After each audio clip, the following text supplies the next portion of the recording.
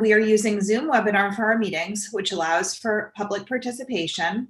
If you join the meeting as an attendee, attendees must register to participate. The registration link is unique to the meeting. The registration link can be found in the description on the Nantucket Government TV YouTube live feed for the meeting. People registering to be an attendee must use their names, otherwise they will not be allowed to participate in the discussion. Attendees will join in the listening mode. They can click the raise the hand button if they wish to speak. The chair will call on those who have raised their hands in the order in which they were raised. I will go through everyone who's anticipated to be at the meeting tonight and who's on right now to make sure that they can hear me. I'll start with the board members. Matt Fee. Hi, I'm here. Melissa Murphy. Here. Christy Ferrantella. Here. And I'll go through town staff members. Libby Gibson. Here. Erica Mooney. Present. Roberto Santamaria. Sure. Brian Turbot. Here. Chuck Larson. Here. David Gray. Here. Janet Schulte. Here. Rob McNeil. Here. Okay, we also, this is going to be an announcement, but we have Caroline Oliveira with us this evening. Here.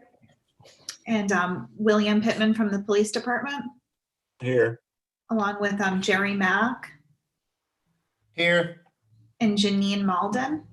Here. Then we also have with us tonight Posey Constable, Here. Michael Wilson, Present. Michaela Grace,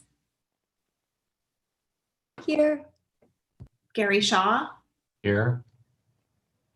Greg Corbo from Town Council. Here. We have Karen McCumber, Here. Andrew Miller, Here. and now we also have Mark Willett on from the water company. Here. Thanks, Mark. Okay, I think I've got everyone. Good evening. This open meeting of the Select Board is being conducted remotely, consistent with Governor Baker's executive order of March 12, 2020, due to the current state of emergency in the Commonwealth due to the outbreak of the COVID-19 virus. In order to mitigate the transmission of the COVID-19 virus, we have been advised and directed by the Commonwealth to suspend public gatherings, and as such, the governor's order suspends the requirement of the open meeting law to have all meetings in a publicly accessible physical location. Further, all members of public bodies are allowed and encouraged to participate remotely. The order, which you can find posted with agenda materials for this meeting, allows public bodies to meet entirely remotely so long as reasonable public access is afforded so that the public can follow along with the deliberations of the meeting.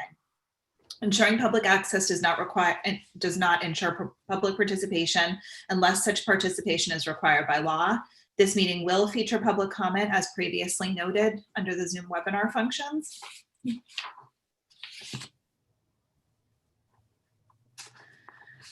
Again, for this meeting, we're convening via Zoom, and the information can be found on the town's website for the public to join. All supporting materials have been provided to members of this body and are available on the town's website unless otherwise noted. The public is encouraged to follow along using the posted agenda unless the chair notes otherwise. We are now, as we turn to the first items on our agenda, let me just go over some ground rules. I'll introduce each speaker on the agenda, and after they conclude their remarks, we'll go to whoever has their hands raised. Please remember to mute your phone or computer when you're not speaking. Please remember to speak clearly in a way that helps generate accurate minutes. For any response, please wait for the chair to yield the floor to you and state your name before speaking. And each vote will be taken by roll call.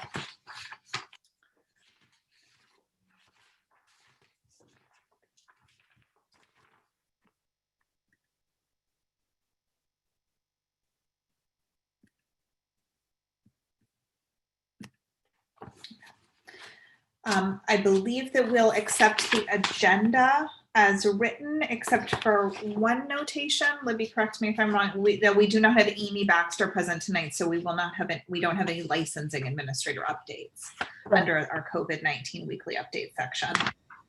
And I don't think that there were any other changes. Don't think so. And I will move to announcements and turn it over to the town manager. Thank you. This meeting is being video and audio recorded, first off. Secondly, the April 5th, 2021 annual town meeting is currently open for citizen warrant article submittals until 4 p.m. on Friday, November 13th. So hopefully people are mindful of that. We have a couple of informational sessions and a charrette coming up. So tomorrow, November 5th, from 3 to 5, FEMA Region 1 is holding an informational session regarding newly issued coastal erosion hazard maps. And this is, again, it's tomorrow from 3 to 5. People are more than welcome to attend, maybe particularly people with coastal property. And the information is online. The email is on the agenda itself and also on the town website. So if people want to participate, they can get the link online. Resilient Nantucket, we have a community design guidelines charrette coming up on Saturday, November 14th from 10 to 1. Again, the information is on the town website. If people would like to participate, which we hope they will, they can go to the website and get to the meeting link. And I am very happy to introduce our new Diversity, Equity, and Inclusion Director, Caroline Oliveira. She will hopefully start with us on or about November 30th. And Caroline, we don't want to put you on the spot, but maybe you just say hello and give a little bit of background. Sure. Thank you for inviting me to this meeting, and thank you for this incredible opportunity to join town staff. I'm really looking forward to becoming part of the team, and hopefully we'll bring some positive experience on Nantucket. So I am delighted. I am my family has been affiliated and lived on Nantucket since the 20s and 30s, and so it will be really nice to be home, so to speak. I've been working doing this stuff called DEI long before it was DEI, and I've been working in the work of diversity, equity, and inclusion for more than 20 years. So it's really exciting for me to bring what I've learned and what I know and my love for the island, and hopefully have a positive impact. So I thank you. I've had an outpouring of welcomes, and I'm very grateful. And I'm just really excited to get there and get started and meet everyone and just see what we can do to, just continue to build a really happy and healthy and inclusive community. So thank you, Libby. Thank you for having me, and thank you for allowing me to say hello to everyone. Awesome. Thank you so much. I don't know if the board members have any quick questions. She will be back. Melissa? Thank you. Caroline and Dr. Oliveira, I don't have any questions for you, but a heartfelt welcome. I think as somebody who sat on the hiring committee, you were impressive from the moment we saw your name come across. And I think our community is really blessed to have a candidate who had applied for this position who has such deep connections to our community, because your learning curve will not be as steep as perhaps some other candidates we interviewed. So I think I just want to say to you personally, welcome. Thank you for your application and for your willingness to join the team. Thank you so much. Thank you. I appreciate that so much. Okay, we will get you back here pretty soon. Thank you so much. Lastly, there is no select board meeting next week, November 30th. Town offices will be closed in observation of Veterans Day. That's it for announcements. Thank you very much. We will turn to our COVID-19 weekly update. If there are any opening public comments, I don't see any hands raised. We'll take public comment throughout if anyone has something they want to jump in and ask about. And I will turn it over to Roberto Santamaria. and or Gary Shaw, whoever would like to start this evening. Sounds good. Thank you. Share the screen, do the whole thing. There we go. So welcome to today's presentation. I am your host this evening. From here, we will be going over to the testing. We've had 12,000 tests already performed in all between the asymptomatic and symptomatic tests, and people who are waiting for surgeries and other procedures and things like that. So that's really good considering the share of our population that this actually is. That is actually really good. And it does include a lot of summer residents, but it also is a significant number. 12,000 is more than most towns have already done. We did have a significant spike that happened and did move us back into the red last week, and we will be in red again tomorrow. But it is starting to subside, and we just need everyone's help. So over the last 10 days, we had 34 cases, 48 cases in the last 20, and 57 in the last 30.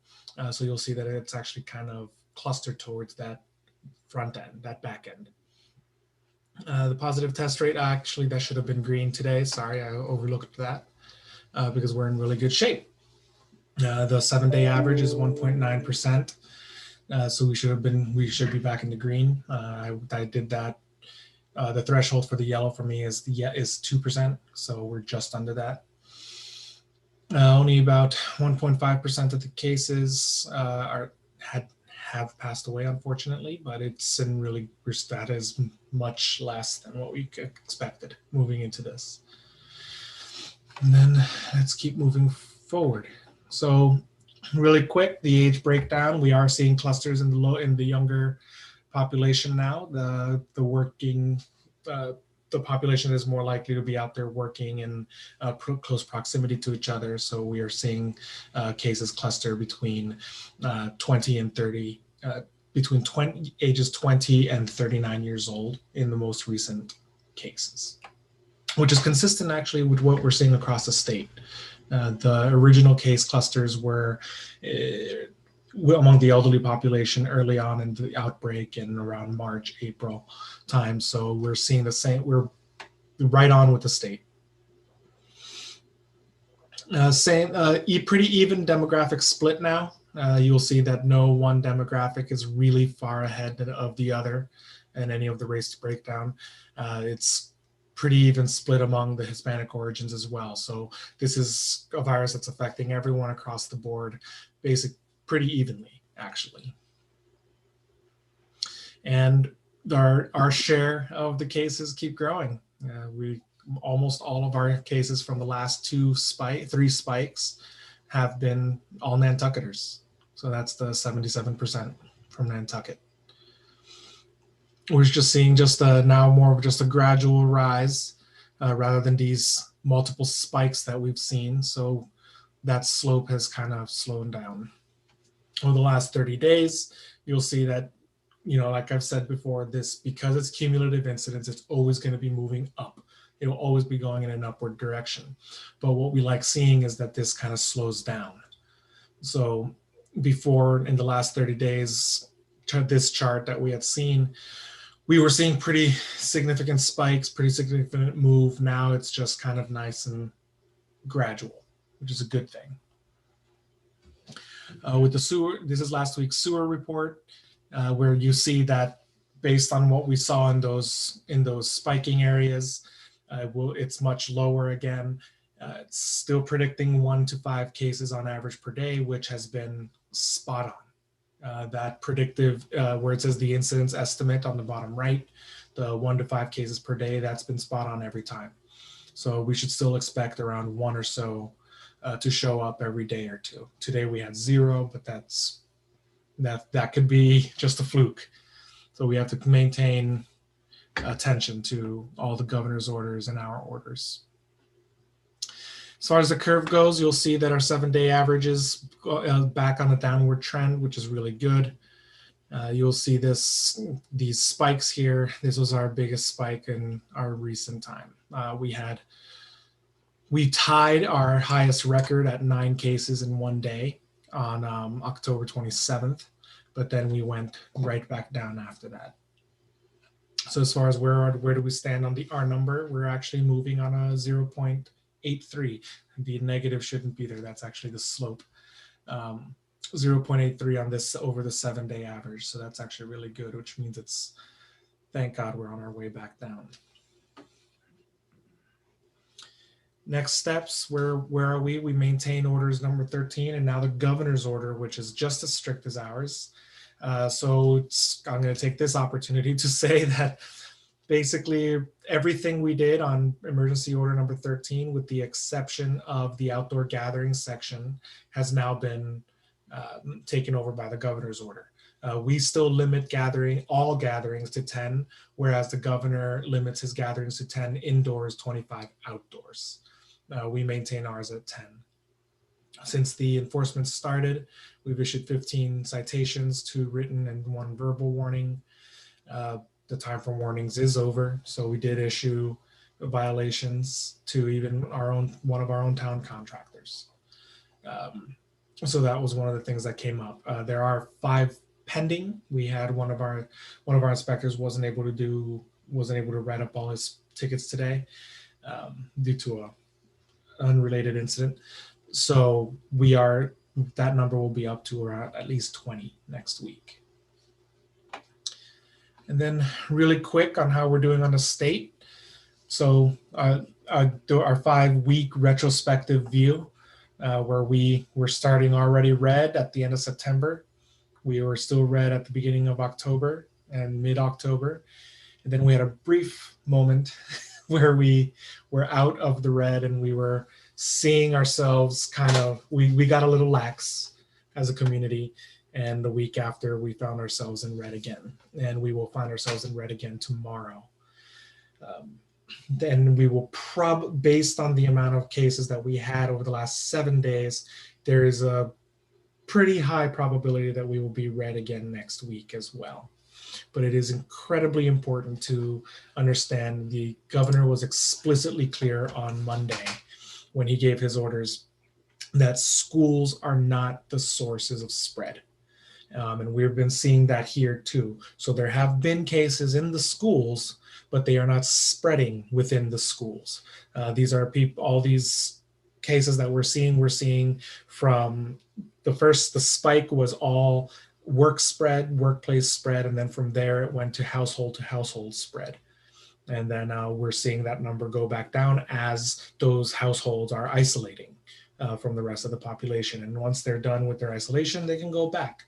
So it's really important to see that though we did have cases in the schools, they were not being spread at the school. And with that, I'll throw it over to Gary. Yeah, thanks, Roberto. Yeah, I guess just to highlight the great work that our hoteliers, our restaurants, our shops are doing to, make sure that they're looking at this very carefully, and we're not seeing spread there. So that's great as well. Just to shout out to all of those folks on the island with their businesses. Just wanted to give you a little bit on the Stop the Spread. We've done 1,238 tests with the Stop the Spread program over the last 21 days. We do have a contract that limits that at 75 tests per day. And we've only capped that out 7 of the 21 days. So whenever we have a spike, we get more people driving over, but for the most part, it seems like the 75 is working pretty well for us. I did ask the state to consider elevating it to 125, and they did indicate that they're considering that, but not at this time. And it does look like the 75 is generally overall serving us well, but I would like to see the limit a little bit higher for those days where we get high traffic.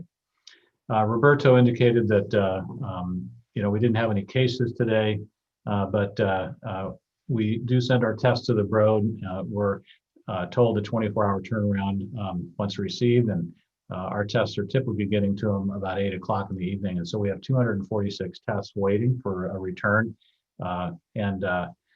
And we know typically that if we get a bunch of results back and then we have some that are pending for later in the day, it's usually because they may be under suspicion and they're running a second test to validate COVID. And that's usually where we get our positives from. But I don't have any indication to feel that we're going to see a big jump. I think the trend is positive. Everybody's doing great work. And I would just say keep that up. We are moving into the flu season pretty aggressively now, and I just wanted to re-elevate the governor's request, I guess mandate that the state of Massachusetts require influenza immunization for all kids that are 6 months of age or older, attending childcare, preschool, kindergarten, K-12, colleges and universities. And we have an ample supply of vaccine here and drive-throughs where you can get this very easily. So please, if you haven't picked up a flu shot, come on over. We're happy to help. The folks in the portico make it a seamless experience, and you're in and out in just a few minutes. So I hope you can all come over and get your vaccine. That's about it on the COVID front. Stop the Spread is in place till the November 30th. We have to request an extension past that, which we will do. The overall contract gives us the ability to request extensions all the way through next June. So I think great support from the state. But I'm open for questions if you have any. Christy? Thank you, Madam Chair. With the rest of the state starting to become more red, are we seeing any delay in getting our test results back in that 24-hour period, or is it just really because we're trying to travel with the tests and getting them there late? I think there is a delay, Christy. The colleges and universities are back in play now. You're certainly seeing a spike on the coast. So let's hope that having that many tests out isn't a trend. Typically, even though last year we started and you had a lot happening on the coast, we were able to get good turnaround. I anticipate that returning back to somewhat normal over time, but we'll see.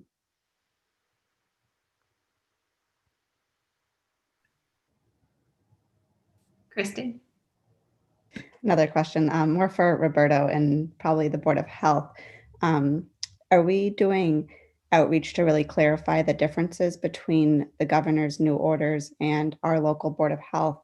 I know there's similarities between, face coverings everywhere, but now there's earlier closing times for restaurants, and we're more strict with number of people in a vehicle for commercial vehicles. So I just kind of wondering how we're getting the word out, and if Board of Health will be issuing a different order that kind of makes it a little bit more clear of how we're more restrictive or compared to the state.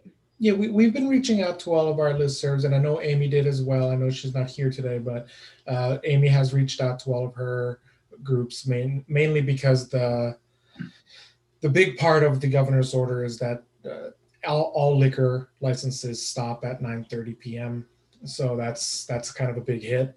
So I know Amy reached out to everyone on her listserv. We've reached out to everyone on our listserv and our caterers as well. So through that, I think we've hit everyone who is affected by that change in our order. But otherwise, I don't find it too necessary to do extra outreach, mainly because our order dovetails almost exact. Melissa? Thank you, Madam Chair. Speaking with my Chamber of Commerce hat on, I know that I'm going to be working with Janet Schulte and Florencia. One of the big messages we heard on a state call, the Cape Cod Reopening Task Force, is about messaging a lot of families returning to the islands and the Cape over the next week or so for the Thanksgiving holiday. And I think it is an opportunity for us to increase our public outreach and our messaging for clarity on how to safely travel to the island, how to, the travel order is still in effect and that you must, abide by those rules, and that Nantucket does have stricter gathering limits than the state. So we're going to be working together on that kind of coordinated outreach, particularly for our visitors. But I do think it's a good point, Christy, that, for people who are not here and who may not understand the difference, it's important that we clarify that, particularly since so many people are planning to come back or had been planning to come back for the holidays. Their plans may be changing now. Matt? Then Yeah, no, Kristen? you make a good point, Melissa. I've had a couple second homeowners tell me, because of sort of what we're experiencing now, they had planned to come and they are not coming.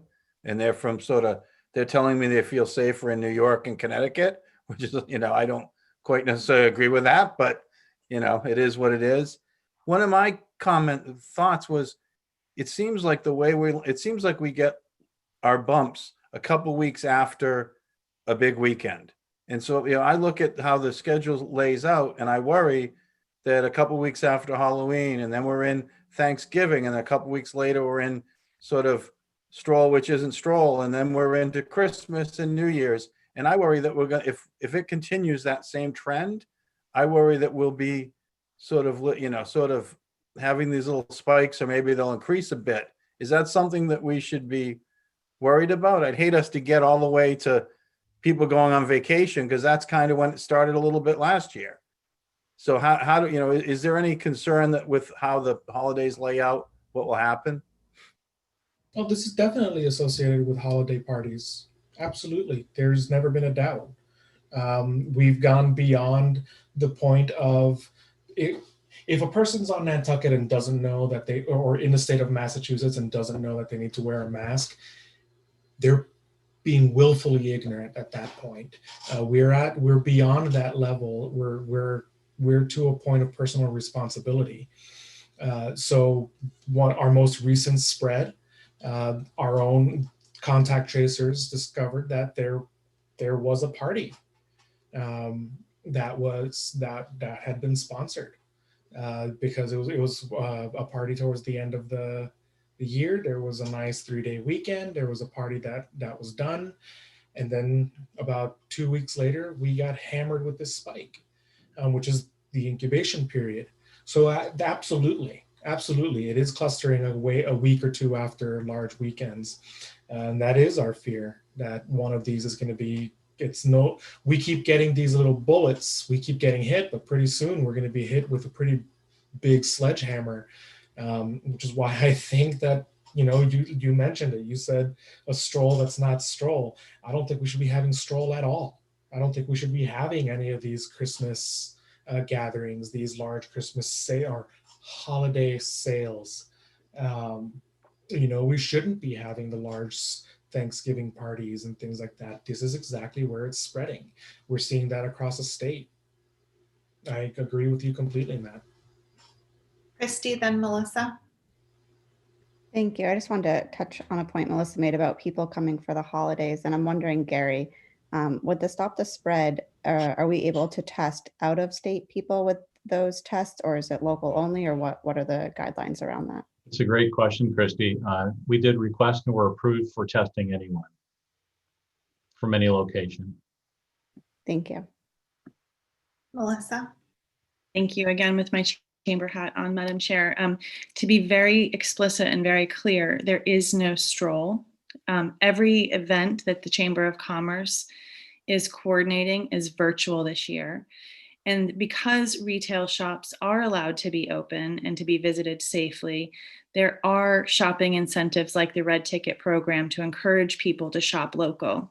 And I think we would have seen, we've heard the same suggestion from the governor in the state that to support our local economy, it is incredibly important that we patronize our local retail shops and restaurants. Those, by the way, that choose to stay open, because many, as we've seen, are starting to close because the economy of scale and the loss of stroll is making it impossible for them to stay viable. So I just want to be clear and for the record that stroll itself, the concentrated weekend, is canceled for 2020, and any initiative that the chamber is coordinating is virtual and is supported by the governor's Buy Local, Shop Local campaign.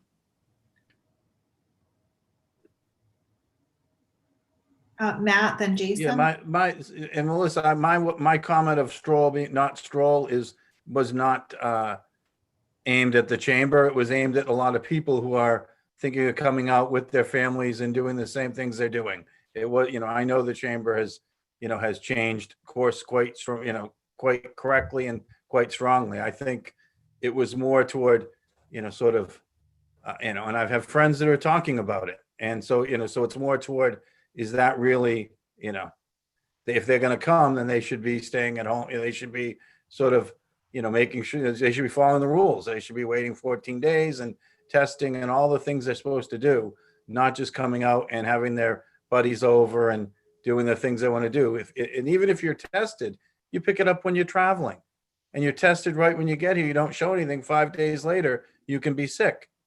So you could pick it up on the boat. Who knows? So I just think that people have to be sort of, if we're counting on personal responsibility, people have to realize what that really means. Jason? Thank you, Madam Chair. I think it's going to be really difficult during Thanksgiving and the Christmas holiday, New Year's, because everybody has COVID fatigue. We want to connect with each other. For about the last 6 years, I've had a really fun tradition here with a couple families and friends on this island, and we're not doing it this year. And they're probably safe, but we're just not going to meet up over Thanksgiving. And I feel the draw of wanting to do that, and it's going to be a pretty big test here to see how visitors and locals how we handle it. It's not going to be easy. So that's my comment. My question is, Roberto, could you go, if you can, go into any more detail of in the last week, the type of citations that you did give, whether it's job sites or retail or whatever. I think it's good for the public to know that we're doing this work and kind of where it's going. If you can tell us, maybe not specifics, but what areas. In general, they were some were landscapers. There was a couple pool companies, and actually only 2 or 3 construction sites. And but in general, it was that first week, accounted for almost 2/3 of all of our tickets. And then we got some pretty good compliance. We only had to issue a repeat ticket to 1 company, and that was today. Melissa, I'll just go to you after Brooke Moore, who's had her hand raised. Brooke?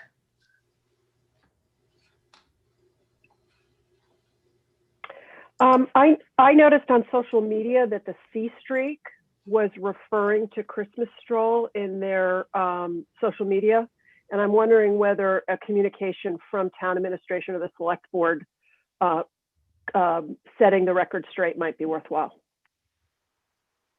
Thanks, Brooke. I have also actually heard from people from New York that they have canceled plans to come because New York now requires a 14-day quarantine if people come there from Massachusetts. So I don't know if everybody was aware of that, but it's gone in the other direction. Melissa? Thanks, Dawn. I just wanted to tie a bow on that conversation that, again, I think that this is going to require additional outreach from health department, town administration, Chamber of Commerce, the hospital, all of us to remind people of what the rules are and help promote that sense of personal responsibility to the best of our ability. Certainly, we're not doing things that are encouraging people to come here. We can't stop people from coming here. And if they can come here and can choose to do that safely, there's no reason why they can't. But I think that it is a really complex situation. And I do think it's actually one of the more important times that we work collaboratively to get the messaging strong and out quickly. Janet? Melissa and I were, thank you, Madam Chair. Melissa and I were on a meeting with the Cape Cod Reopening Task Force, which will soon be called the Cape Cod and Islands Task Force. And they are coordinating a message so that we'll have a consistent message on the Cape and the islands about what it means to come back for Thanksgiving, what you should and shouldn't do. And I think it's great that we're going to see. So if you're coming through Hyannis, you're going to see that message. When you come here, you're going to see that message. And likewise for people headed towards the vineyard. So I think that's a great effort that we have joined. Is that your kitty? I hear yeah, I have one that when I speak likes to tell everybody what's going on. So I'm going to move her with my educator shortly. Thank you. Thanks, Janet. Gary Shaw? Yeah, thank you. I with Matt's comments and Melissa's, I think that the messaging that we've been putting out in the hospital is that, as we learn more and more about COVID and how we prepare and stay vigilant around it, it's become one of our healthcare delivery norms. And we're always talking about drifting away from those things that, would protect us. and not doing that. So we try to create awareness. We're at a point, obviously, as you've all said, where this isn't going away. We don't have a vaccine or an antiviral yet. And yet we can predict and understand that if people come here or go somewhere else, we get this transmission going back and forth, and it's going to be cyclical on holidays. So there is a great opportunity for us to look at planning out ahead and cycling through those things that we know we can anticipate. It's going to happen. Folks are going to come here, and the messaging should be synced with those episodes where we know we have the most risk. And we consider it to be one of our healthcare delivery norms now at the Cottage Hospital. So I think just collectively talking that way about it helps us just stay prepared and know that we need to quit guessing. We know we've got almost 8 months worth of history of this on how we need to message it. I think we're all doing a pretty good job, but to hear that you're all focused on wanting to elevate it is fantastic. Thank you. Is there anything else on this topic for this evening? Any other public comments, questions? Okay, seeing none, I'm going to move on to public comment for items that are not COVID-19 related, that are not otherwise not on our agenda for discussion tonight. This is the time where anyone in the public can bring something to our attention, not necessarily to be commented on tonight, but I'm not seeing any hands. If anyone thinks of anything and wants to raise their hand, feel free. There's no new business that I'm aware of. Let's move on to approval of minutes from November 20th. Madam Chair, I'm very sorry, but That's Erica, fine. did we not get a public comment in earlier today by email? Yes, I had emailed one from Phil Gallagher, and I guess he wanted it to be read into the record if people want that. Do you want me to read it? Hand me to read it. I can't pull up my email while I have this open. Hold on, let me check. I just have to log into my computer again. I've got it open. Melissa, do you have it? Yeah, I've got it open. Okay. If you'd like me to read it. That'd be great. Thank you. Okay, you're welcome. Letter to the Select Board with respect to the future of the Nantucket Take It or Leave It from Phil Gallagher. I would like this to be read at the time that materials not on the other order of business are permitted to be introduced. The proposal. I request that the Select Board postpone further action on the future of the Take It or Leave It introduced last Wednesday until the townspeople have had plenty of time to have their opinions heard. Supporting topics. My personal concerns center mostly around books, especially textbooks. I have salvaged a large number of excellent books suitable for use at first-class universities and found good homes for them with Nantucket scholars. Most books of this quality are not routinely acquired by island libraries. I also value highly the possibility to acquire the odd cup or pan or kitchen implement without the expense of going to the mainland or picking up summer plastic chair for the one extra guest. On behalf of a friend, unnamed because I don't want her academic reputation spoiled by my inadequate notes, my friend said, 1, the Take It or Leave It is a lifeline to many folks who don't get out much anymore. Although currently we must avoid social interaction, surely this must change eventually. 2, we can clothe children for parties and celebrations without hyannis. 3, again and again, we can pick up tools, parts, and substitutes for home repairs, etc. 4, many other things. My friend finished with select persons. Please allow us, lots of us, to be heard. Phil Gallagher. Thank you for reading that.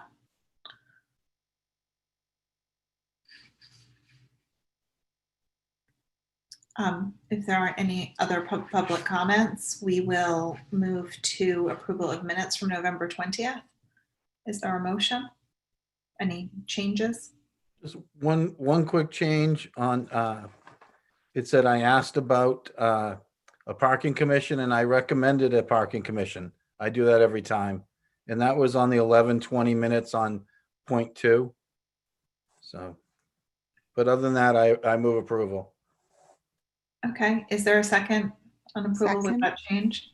All those in favor by roll call, Matt Fee, Aye. Melissa Murphy, Aye. Christy Ferrantella, Aye. Jason Bridges, Aye. Don Holgate, aye. Carries unanimously. Next, we have approval of payroll warrants and treasury warrants. Is there a motion? So moved. Is there a second? Second. Second. All in favor by roll call, Matt Fee, Aye. Melissa Murphy, Aye. Christy Ferrantella, Aye. Jason Bridges, Aye. Don Holgate, aye. Carries unanimously. Approval of pending contracts. Are there any questions or comments on the contracts? If not, we No, can I'll move. make a motion to approve. Is there a second? Second. All those in favor by roll call, Matt Fee, Aye. Melissa Murphy, Aye.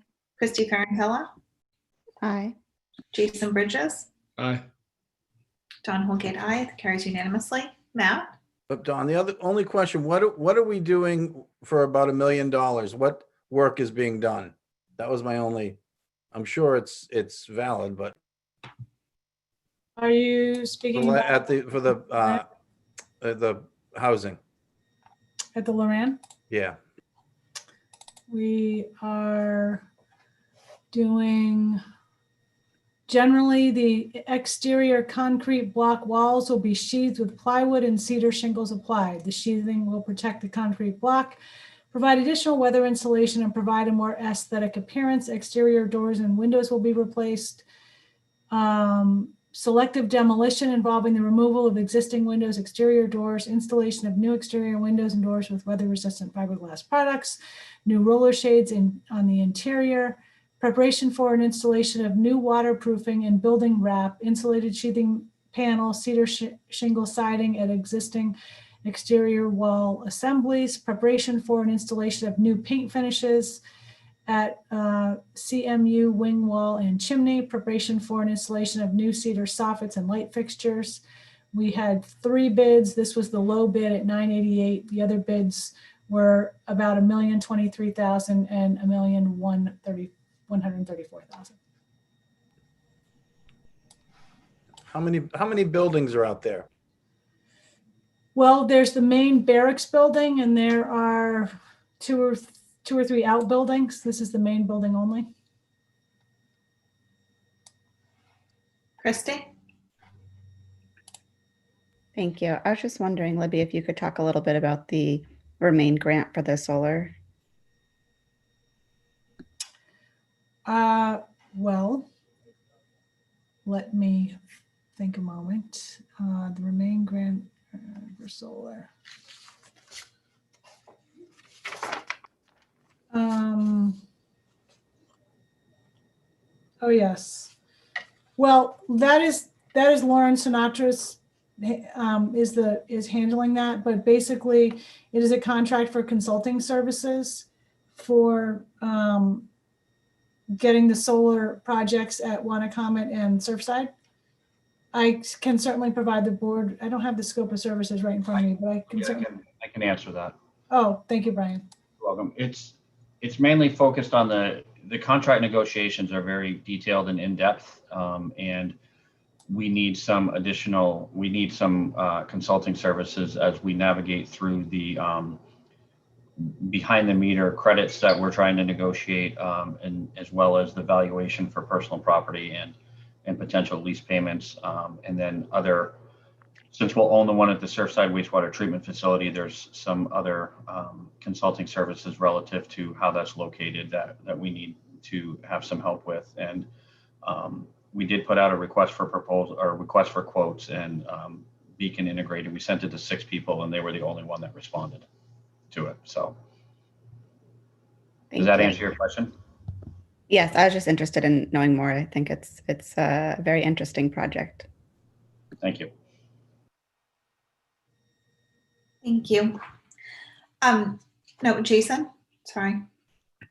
I just want to say one of the contracts was to move along Sparks Ave and some of the the work being done there for those 3 streets. So I'm really glad to see that that's happening. I know without transportation planner, Mr. McNeil and everybody's doing their best. I'm glad to see that that's moving forward so we can improve that walkway in Sparks Ave for the community, but also for kids who walk there every day. Thanks.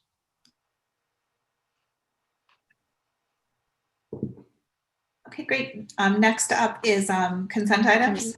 Dawn, Oops, we have sorry. a hand up. Oh. Bill Greeter? Hi, thanks, Don. I just wanted to, I missed the first part to pipe up, but I just wanted to formally commend the town clerk's office for running an outstanding, safe, efficient process yesterday for voting. They spent just hours and hours prepping for yesterday, and it seemed flawless and very easy for folks that went there. But we know that it was just a real intensive amount of work to get ready for that to look simple.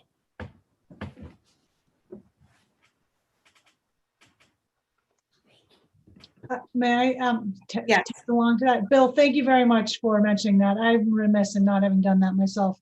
The town clerk's office worked. You captured it exactly. They made it look simple, but there is a massive amount of work that went into the early voting, the mail-in voting, and the election actually at the high school. And they don't complain. There was a lot of things thrown at them from the state that were not normal, and a lot of extra stuff because of COVID. And they are cheerful and just took it all, got it done, and it was fantastic. So thank you so much to town clerk and staff. Yeah, thank you all. We so appreciate that our vote is fully tallied too, or mostly anyway. Citizen consent items. We have a gift acceptance for Human Services, Salt Marsh Senior Center. Can I have a motion? Motion to approve and send a letter of thanks. Second. All those in favor by roll call: Matt Fay, Aye. Melissa Murphy, Aye. Christy Ferrantella, Aye. Jason Bridges, Aye. Don Holgate, aye. Thank you. Next up, we have citizen departmental requests. Sustainable Nantucket request to extend street blocking permit for Nantucket Farmers and Artisans Market for Friday and Saturday, November 27th and 28th, 2020, and Friday and Saturday, December 4th and 5th, 2020. Posey, I think you wanted to speak on this. Yes, hi, and thank you for giving me the opportunity to first say how grateful we were to have gotten our street permits extended for the summer season. We were able to have 16 successful markets. We were short 3, 2 while we were waiting to get approval in early June, and 1 for a rain out. And so our vendors were very excited to hear from the farmers that they would have produce well, through December. And with that, asked if we might see if the town would extend our permit just for 2 or 4 special sessions in it as mentioned. And the points I would like to raise are that, I think we ran a successful farmers market throughout the season. Farmers markets are deemed essential. And since we serve mostly a local audience, and we have produce to sell, our artisans are, of course, really excited to have a chance to fill in for some of those weeks that they didn't get earlier in the summer. Because our market is outdoors, because it is in the same location we've continuously held our markets, and I believe we have set up all the proper protocols approved by the Board of Health, including being outdoors, requiring masks, enforcing social distancing, mandating hand sanitizer before entering our market space, having a very clear circulation pattern, limiting the number of visitors based on 15 visitors per 1,000 square feet of measured space, et cetera, et cetera. I think we met all the standards required by the Board of Health. And while we might be colder and our times we would ask for would be later in the day, specifically 9 to 2 instead of 8:30 to 12:30, with an hour on either end to set up and take down.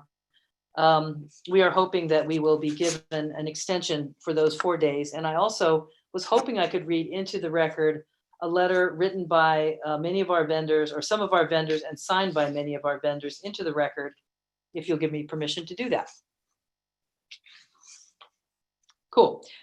Dear, to each of the members of the select board, dear Miss Hill Holdgate, we, the vendors of Sustainable Nantucket Farmers and Artisans Market, are asking for the opportunity to amend our existing permit to hold our markets on November 27 and 28 and on December 4th and 5th on Cambridge and North Union Streets, our regular summer location. We need locally grown, harvested, and made products now more than ever, and also every chance we get to safely connect with each other socially during these challenging times.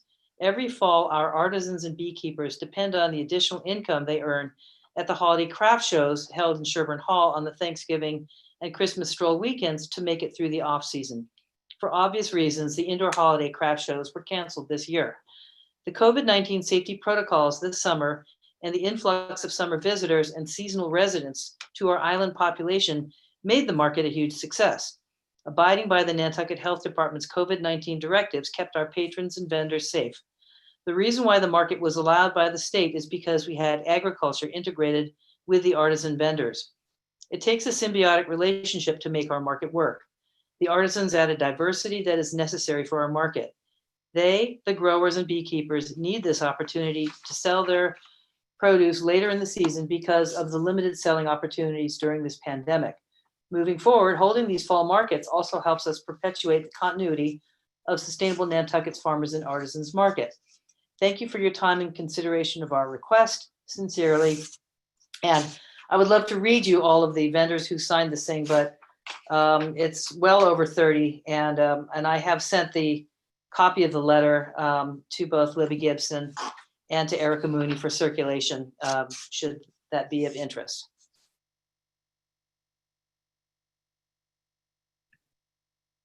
Does anyone have any questions or comments? Matt, then Christy. Move approval of the request. Christy, did you want to comment on that? I'll second for discussion. I was just wondering, with those 4 dates being kind of circled around holidays, and we were just discussing a little bit of concern if there was any interest or chance in expanding just through a specific date, like through December 15th, and having it available on all Saturdays, just to try to not encourage gatherings on those big holiday weekends. We're open to any suggestions of how we could make this happen. I think what a lot of vendors typically do is at the end of the season, which this year was over Indigenous Peoples Day weekend, they tend to put all their stuff in storage and then break them out for what would have been these more specific events at Sherburne Hall, or perhaps the high school's fundraiser for the senior class. And I think it seemed easier in our discussions with our market committee and many of these vendors to try and just do a back-to-back, a Friday and a Saturday on just 2 weekends. There is a further discussion of how we might collaborate with the Nantucket Public High School to try and host a market, maybe not in the same street area, but elsewhere, to benefit the seniors who are going to sorely miss an opportunity to fundraise for their prom and their yearbooks and their hats and gowns and stuff. They can do whatever fundraisers they want online, but in terms of, again, making a holiday related timing in a safe environment that we will have hosted on their behalf. That's a secondary conversation, but the idea, I think, is we would hold farmers markets on every Saturday, given the opportunity, because we will have produce to sell, and as evidenced at our farm stand. But I think the combination of putting it in a central place where the artisans can also have an opportunity to sell their products, is something that we're comfortable hosting, asking the town permission to do. Melissa? Thank you, Madam Chair. I agree that sustainable markets have been incredibly successful over the summer season. And the fact that it's held outdoors gives me a sense of confidence that this can be done in a healthy way. But I also just heard our health director encourage us not to do anything that incited gatherings. And so I'm feeling a little bit conflicted on this particular one. So, I guess my question through you to Roberto is, are we confident that the way that Sustainable manages these markets with the hand sanitization stations and queuing and spacing, and because they're held outside, gives us a sense of confidence that this is a safe thing to do? Well, the farmers markets are already exempt, but the farmers market itself is being run correctly. It's the events that I'm worried about. So I think December Delight, I think that's a terrible idea. I know it's fundraising and I know I'm going to get a bunch of hate for it, but I think that that's sort of a party. It's basically a party. I think it's a really bad idea to do something like December Delight. And I know you said you already canceled Stroll, but people are going to be coming here that weekend thinking like it is Stroll.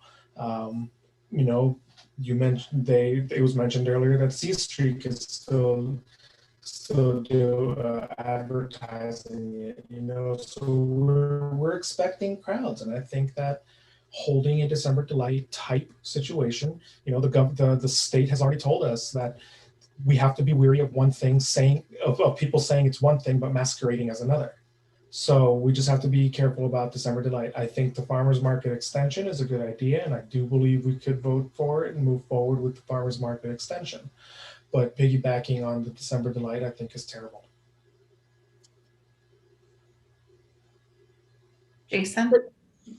May I comment back to you, Roberto, on that? December Delight is, I've never been to it, as somewhat of a December evacuee, if you will, from my past. But my understanding is they take over literally every aspect of the high school interior space.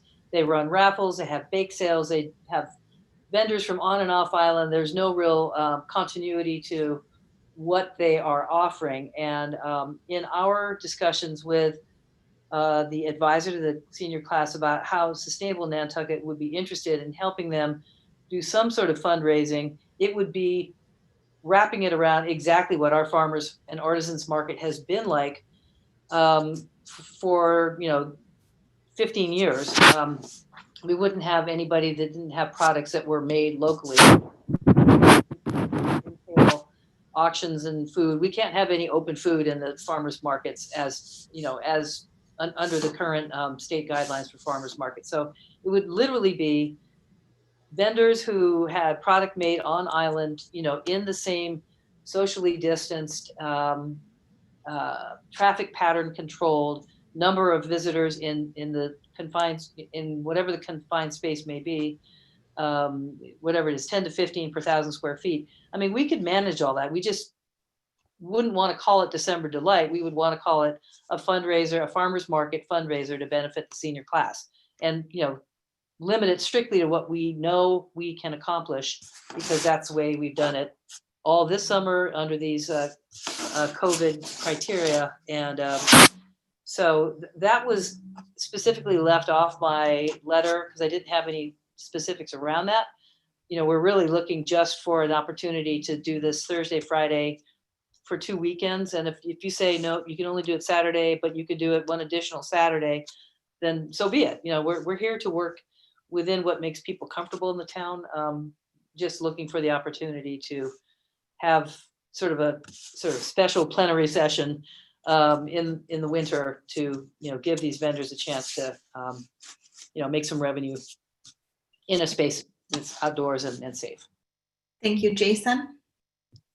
If it's just this is the Sustainable Nantucket market that we've had all summer, back to Melissa's question, which is good, to Roberto, it's proven, they know how to do it, they practiced it, it's outside, so I feel comfortable with approving it if it's what it was this summer.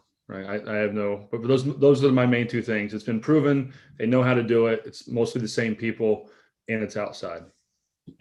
I found it very well organized and distanced and sanitized and so forth. And if it's the same, I would agree with that. And I don't see it being any different than a retail establishment or a grocery store being allowed to operate with the way they've got their protocols. Christy? Thank you.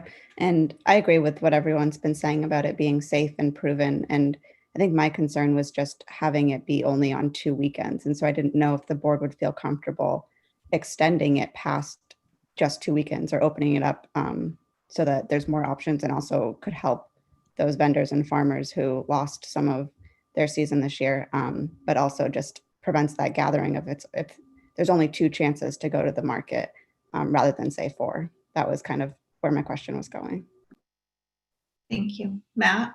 Yeah, I would consider that a friendly amendment. I'm fine as long as it's outside. I think that's, I considered the impact and it's not inside, it's not a contained area, it's outside with the right protocols. So I think it's, I think it's completely fine. And I would consider that a friendly amendment if they'd like to do it. Janet? I'm confused. Are you voting on the 2 weekends that were in the original proposal or the 2 weekends and this December Delight variation on the theme? Yeah. Because I have concerns that the variation on the theme of December Delight is not in line with what the Sustainable Nantucket does as its farmers market. Matt? Yeah, I'm saying I'm fine with them running the farmers market for another weekend or 2 if they'd like, which is what Christy offered. I'm not in favor of going inside and doing December Delight inside in any manner. Melissa? I think that at this point, we should vote to approve the application as Sustainable has presented it to us. And if they feel in conversation with their vendors that extending the market and or they firm up their proposal of hosting a dedicated market that benefits the senior class, then I think that's a new proposal that needs to come back to us for consideration and that we vote on what they submitted to us this evening. And I think that motion's been made and seconded. I'm ready for a vote on that if everyone else agrees with that. Thank you, Melissa. Erica? Sorry, I just have Matt's motion. Who seconded? Christy did. Okay, thank you. Is everyone ready to go to a vote on the proposal as submitted? Is that okay, Matt? Yes. Okay, Aye. all those in favor, Matt's aye. Melissa Murphy? Aye. Jason Bridges? Aye. Christy Parentella? Aye. John Holgate, aye. So Posey, if you want to come back with something, we'd be happy to hear it. But for now, you're approved for the original ask. Excellent. Thank you so much for your consideration. And I'm sure our vendors are going to jump up and down. And thanks so much. Have a nice evening. Thanks. Okay, up next, we are going to open a hearing. This is regarding a violation of a May 23rd, 2019 nuisance dog order for Kailuna, pursuant to Massachusetts General Law, Chapter 140, Section 157. We do have Greg Corbo here from Town Council to assist us with this. We have Michaela Grace, the owner of Kailuna, and her attorney, Michael Wilson. And Karen McCumber is here for this. And Janine Malden and Susie Gale from the police department. You need to So- swear all the people that are going to be Yes. offering testimony in. What do you remember exactly what I'm supposed to say? Do they agree to tell the whole truth and nothing but the truth? I'm gonna refer to Greg on that. Yeah, Greg, walk me through that again. It's been a little while. Yes, thank you through you, Madam Chair. Good evening. Yes, so before we get started, anybody who intends to give testimony in this matter should raise their right hand now. And do you solemnly swear to tell the whole truth and nothing but the truth in this proceeding? I do. I do. I do. Thank you. Thank you, Madam Chair. And just as each person steps up or offers their testimony, they're reminded that they should state their full name and confirm that they have been sworn in. Thank you, Greg. How should I start? The way that I would typically start or proceed in this matter is in three general phases, I refer to it as. So in the first phase, you would hear testimony and evidence from the complaining party as to why they brought this matter forward. In this case, it's Ms. McCumber and Sergeant Malden from the police department, and anyone else who wishes to give evidence or testimony concerning why this dog should be considered a nuisance or a dangerous dog, and whether the original order should be amended. And then once that part of the proceeding is completed, then you can turn things over to the dog owner and her representative to present whatever testimony or argument they wish to present. And then finally, the third phase of the proceeding is when the board will deliberate and make a decision. Thank you, Greg. Shall I go to Sergeant Malden first? Does that make sense to go over the police report? My suggestion, through you, Madam Chair, would be to have Ms. McCumber testify first, since she's the precipient witness to the matter. Karen McCumber, could I go to you first? Yes, I am here. I would just like to make this clear that I was asked to participate in this. I did not bring this forward. I am happy to tell the story in that case. I was walking my dog. Oh, just affirm that, just state your name and that you've been sworn in. I'm sorry, Karen McCumber, and yes, I have been sworn in. Thank you. And I believe Janine will have the exact dates. I'm sorry, I don't have them with me at this moment. I was walking my dog, which is a 1-year-old Cavapoo, 25 pounds or so, out in the morning around 6:15. I live over in the Beach Plum Village area behind the Lighthouse School. I walked her over down Rugged Road. As I was walking towards Rugged Road, I did see across the road towards the tennis courts in our complex a white husky that was running on by herself. I thought that was unusual. I have not seen that husky here before, ever. And thought maybe it was a renter's. I continued down the road with my dog. After a bit of time, the husky then showed up.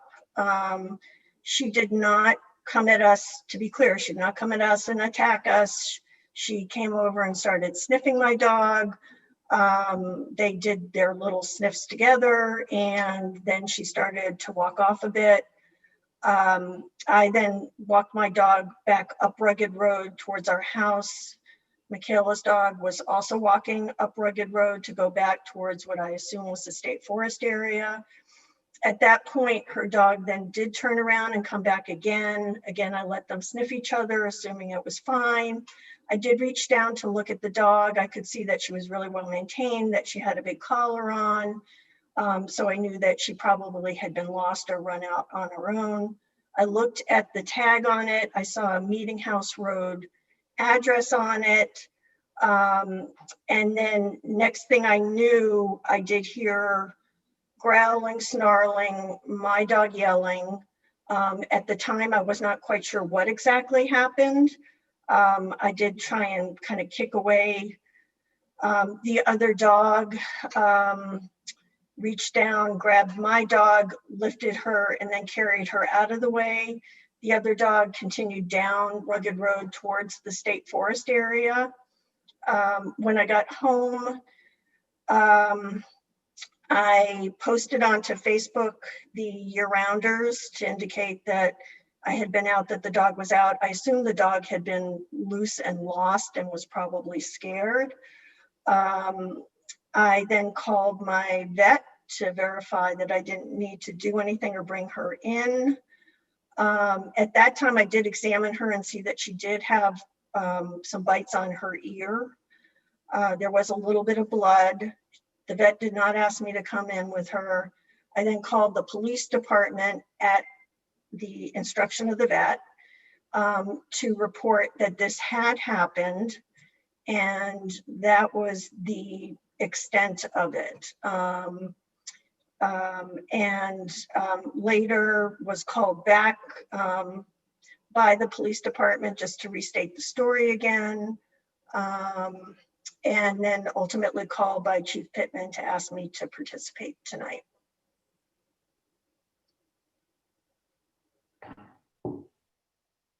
Thank you, Karen. Thank you. Through you, Madam Chair, are there any questions from members of the board for Ms. McCumber?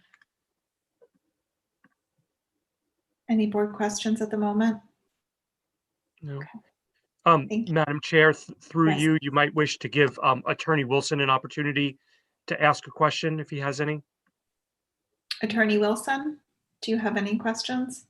Thank you, Madam Chair, and thank you, Councilor Corbo. I don't have any questions. I know that Michaela Grace, if she hasn't already, is incredibly remorseful and would apologize in person to Ms. McCumber. To the extent that hasn't happened, I would ask Ms. McCumber to accept my representation through the chair that Ms. Grace is extremely apologetic and sorrowful for what happened to your dog. You know, and Michaela did call me, so we did have a chance to discuss a bit about what happened, as well as for me to get some more background on her dog. I had no background whatsoever to understand any of this, any history, I guess that's the best way to put it. Thank you. Greg, should I go to Sergeant Malden? Yes. So basically what I did was, Officer Gill is the initial animal control officer. I am the supervising animal control officer. At the time, Officer Sergeant, Gill was— if I could just interrupt for 1 second. Yep. Just Yeah, I for have the been sworn record, in. yes, Yeah, can you state your sorry. full name and then confirm you've been sworn? Sergeant Janine Malden, I have been sworn in. Thank you. Back to where I was. Officer Gill was not present at the time during the incident. She was away, so I did the follow-up. The initial report was taken by Officer Torino, and then then it was forwarded to myself. I spoke with both Miss Grace and Ms. McCumber regarding this incident. Just based on previous of what the select board did issue on May 29th to Miss Grace. There are 5 stipulations. I'm sure some of you read my report. One of them was that the dog must be confined to the premises of the owner, shall be securely confined to the indoors, or confined outdoors, securely enclosed, or locked pen, or a dog run with proper shelter. It goes on. Number 2 is the one that we're speaking about right now. It's Kai Luna must be leashed at all times when it's off the owner's property.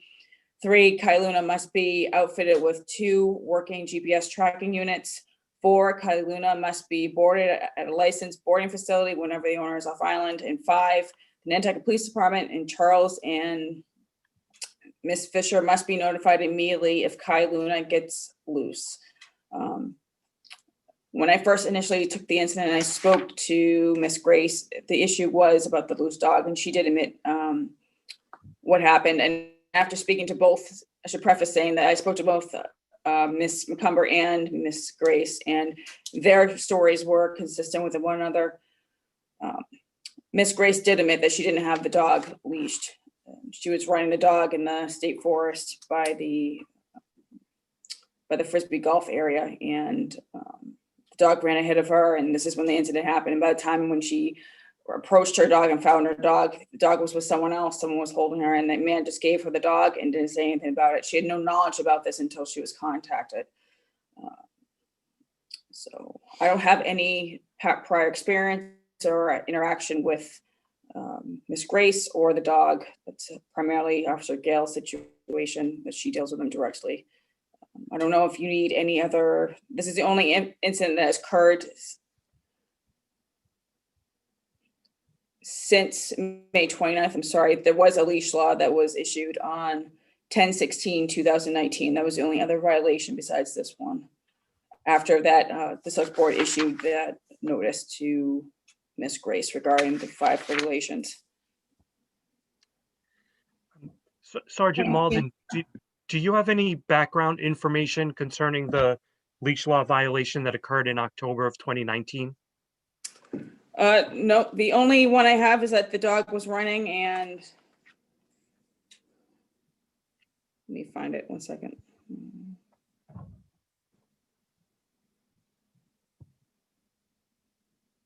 I don't. Officer Gale probably will have that information. If you want to go to her regarding that.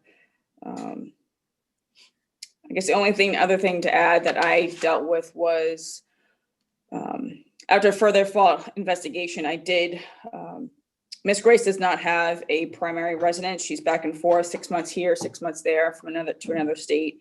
And she doesn't have a securely confined outdoors area for the dog to be left alone. And it didn't have any, she's also required to have coyote rollers, which she does not have on there. It's on her property. She's a renter. So those type of things had to be approved by the prior owner, were not approved by the owner of the property. And Sergeant Malden, is it accurate that Miss Grace told you that the dog had been out of her control for approximately 15 minutes on that date? She said 10 to 15 minutes, yes. Thank you. Erica, did you have a question? Sorry, no, I wanted to clarify something. So regarding the coyote rollers in that condition, Attorney Wilson actually came back after the May 23rd order and noted that that Miss Grace was unable to implement condition 1 because she was a tenant and her landlord wasn't open to allowing those kind of modifications to the property. So a follow-up condition was that the dog has to be on a leash anytime it's outside of her home, like outside of the house, even if it's on her property. Okay, I didn't receive that amended order. I don't know if Officer Gale did or not. Yeah, I do remember us making that modification. Okay, I don't have a copy of that. I don't know if Officer Gale does. Can I go to Officer Gale for testimony, and then I can go into any questions? Yes.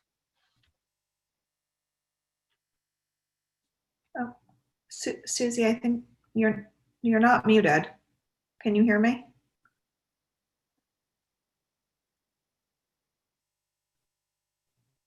There might be something wrong with her volume.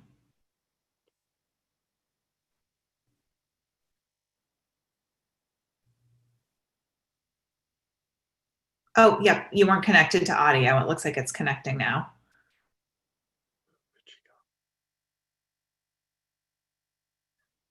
No?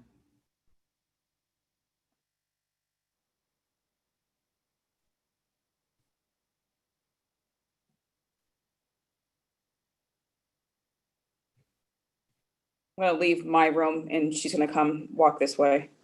Okay, perfect. We're in the same building. Thank you.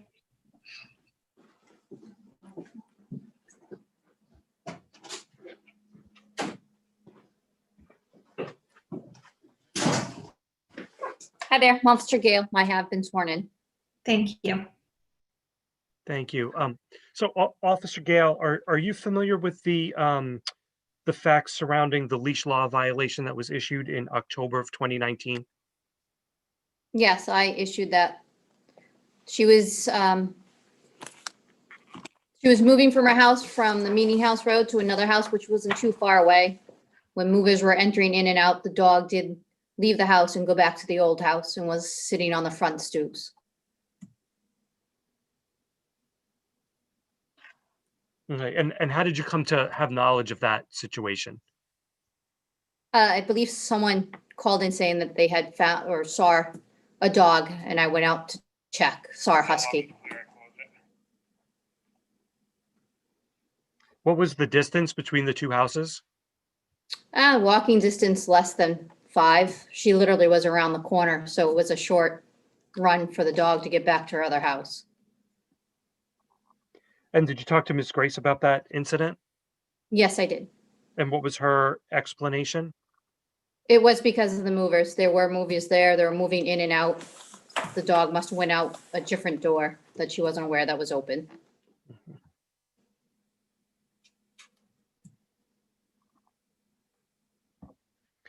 Thank you, officer. And do you have any other knowledge or information concerning this matter that you'd like to offer?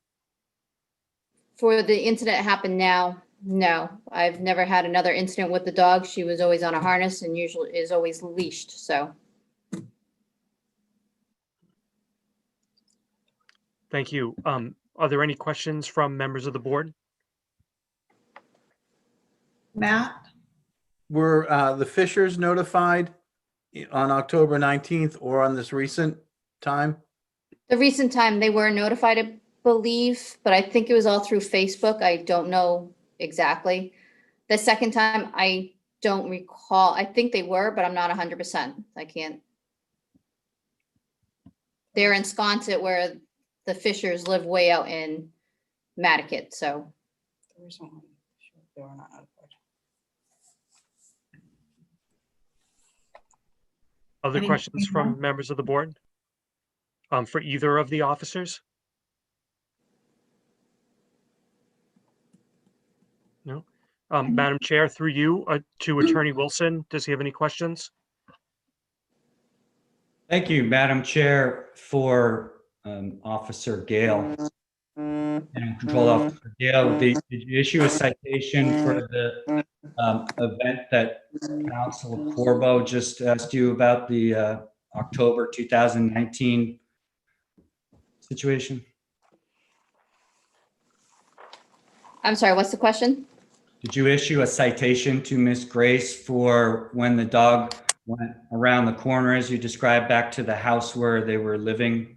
Yes. All the movers? A citation was issued to her. And then did you do any follow-up with that citation to see if it was properly attended to? I did not. I cited her and I assumed she said she was going to pay it. I did not see if she actually paid. And Madam, thank you, Officer Gale. I appreciate your participation. I have no further questions for you. This would just be a matter of procedure for Council Corbo through Madam Chair. Yes. Is this citation before the board tonight, Council Corbo? Not that I am aware of, no. Okay, thank you. Erica? I prepared an AIS for this matter for tonight, and I actually noted the violation from October in it.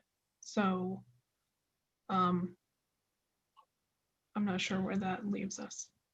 I just noted that there were 2 violations since the order was issued.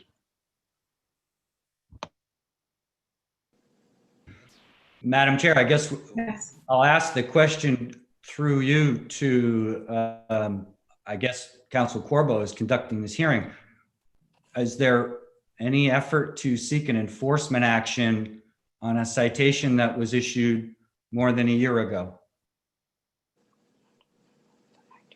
Well, through you, Madam Chair, to Attorney Wilson and the rest of the board, the purpose of this hearing is to determine whether there has been a violation of the board's prior order, and if so, what, if any, remedy should be issued.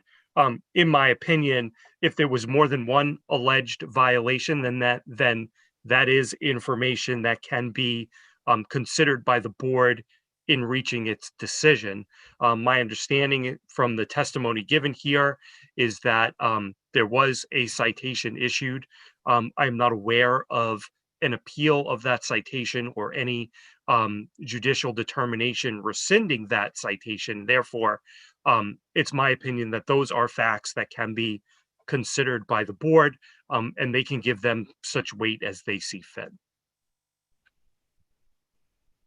So again, Madam Chair, I was just asking if Council Corbo is seeking to impose a penalty or something on the citation that was issued over a year ago.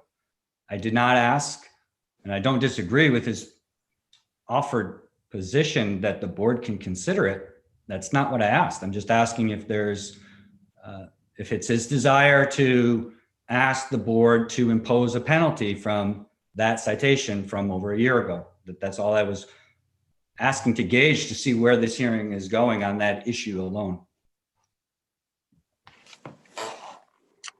And through you, Madam Chair, again, I think that it is it's part of the evidence that's in this proceeding, and the purpose of the proceeding is to determine what, if any, action should be taken with respect to the prior order. I don't believe that it's in front of the board today to issue an additional citation as a result of that incident. But again, to the extent that it bears on whether or not there's been compliance with the order, then that is evidence that the board can consider. Thank you. Well, I'll take that you're not asking to issue a penalty on the citation that was written over a year ago. That's all I'm wondering is if there's going to be a request to issue some penalty on that. Not if, I didn't ask if you're issuing a new citation, I'm just asking if there's a penalty just tied to that leash law violation from a year ago. It sounds like there was a fine issued, correct? I believe so. What's before us tonight is this incident with the dog biting the other dog. Thank you. And this is evidence. Thank you, Madam Chair. Okay. Is that acceptable?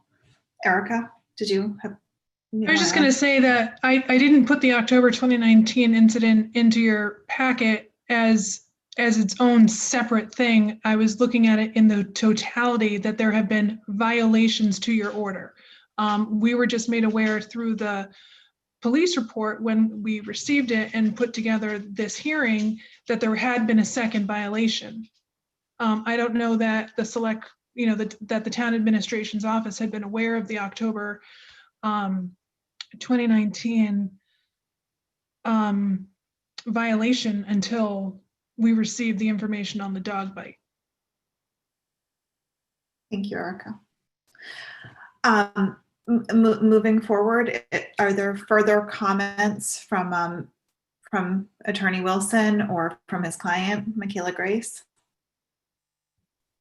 With respect to the testimony of Sergeant Malden and ACO Gale, no. Thank you, Madam Chair. I think that, well, I can defer to you, Greg Corbo, but I think it's the time where they can present anything that they want to let us know about in regard to the incident. Yes, I think it's appropriate to move to that part of the proceeding at this point. Attorney Wilson. Thank you, Madam Chair. Thank you, members of the board. Thank you, Council Corbo, the witnesses, Sergeant Malden, ACO Gale. Michaela Grace is probably not going to be able to express the sorrow she feels for the circumstances that happened to Miss McCumber's dog, or the reason for why she is now here before you. And so I will leave it up to her in her opportunity to explain where she would like to move forward from this point. No question that the board made its determination and imposed conditions, and there's no dispute as to the citation that Sergeant Malden wrote with respect to the alleged incidents that form a basis of the violation. We're not going to sit here and argue that that did not happen. Ms. Grace resides in Utah. she's made arrangements to stay in Utah and not return to our community and not return Kai Luna, her dog, to this community. However, Graceline Institute has been, and I should say, Michaela Grace is the principal behind Graceline Institute, has been involved in this community for the past 2.5 years with this dog.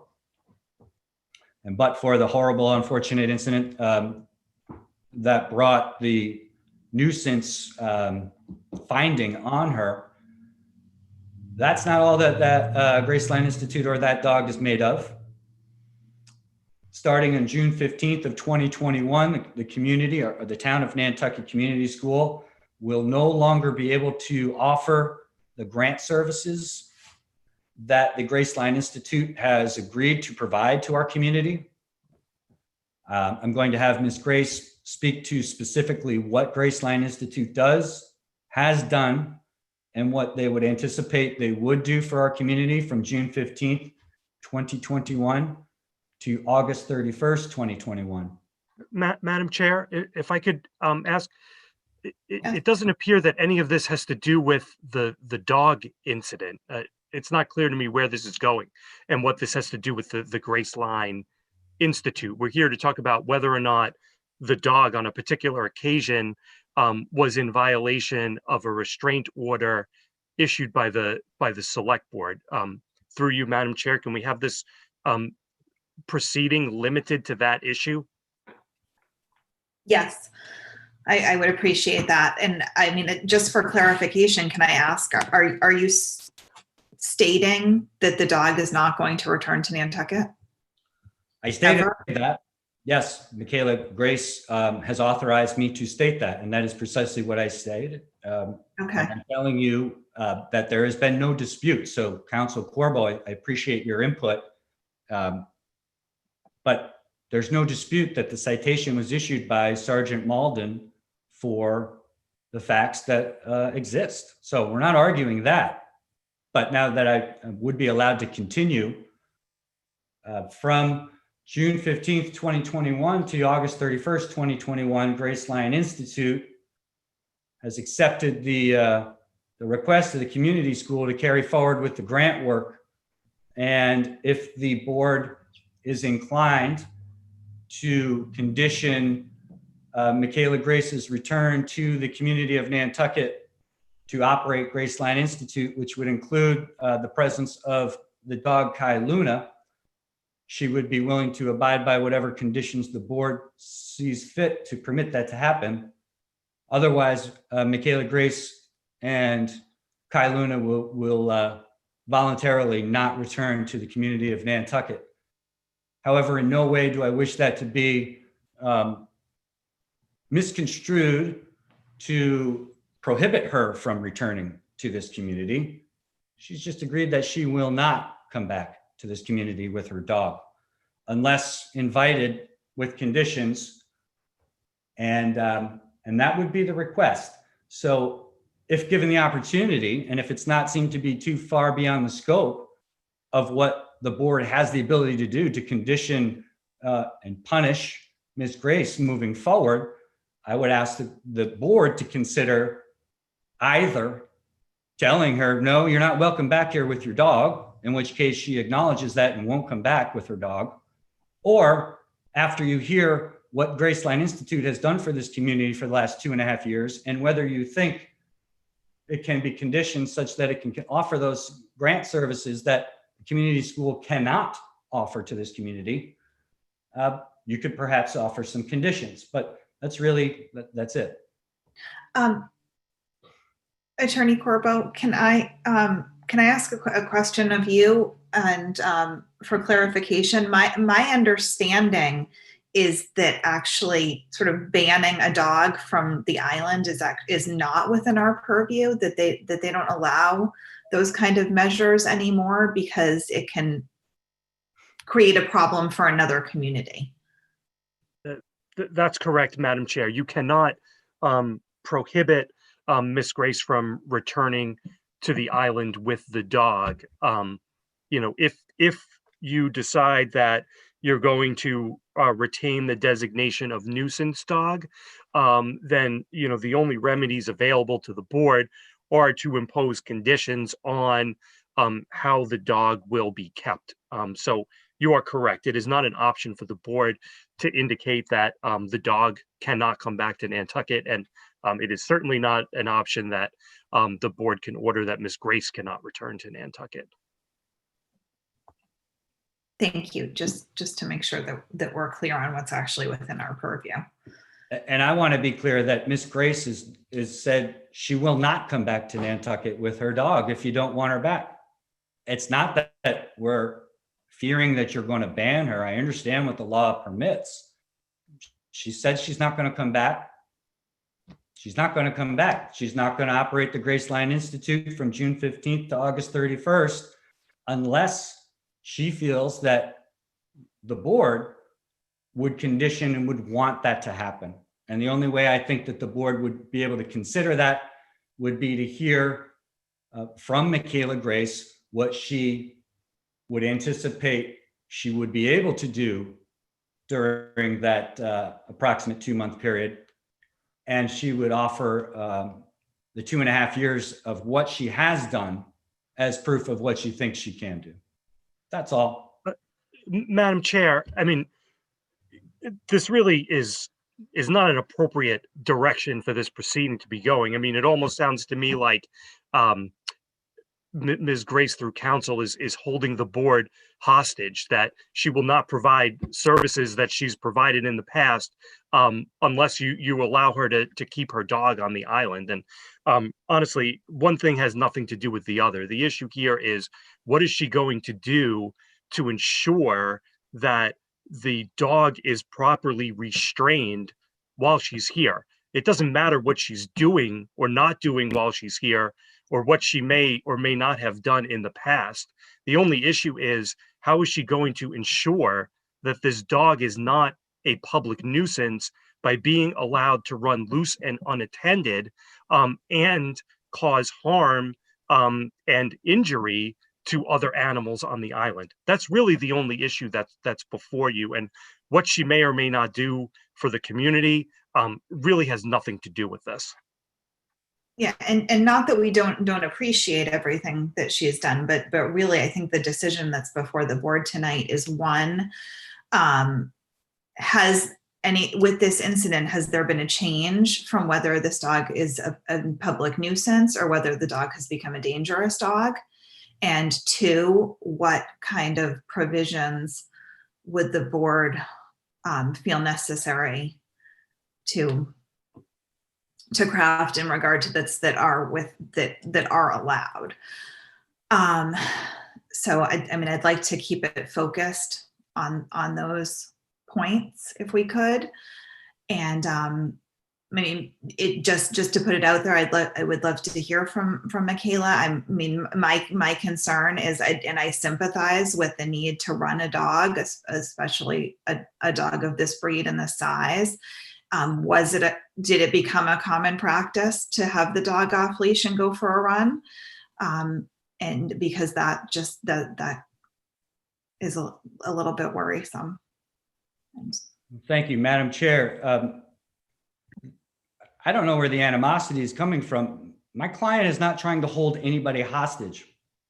To answer Council Corbo's question, and I thought I was very clear, my client has agreed to mitigate any potential for this dog that has been determined to be a nuisance from ever being a nuisance in this community again by never returning to this community again.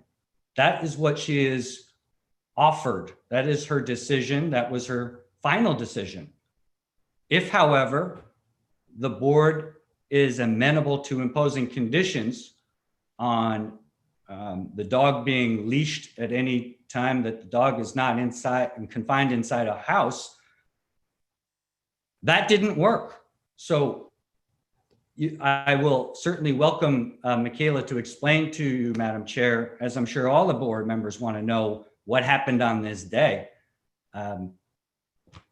If you want her to come back, she would like to be able to come back and offer services.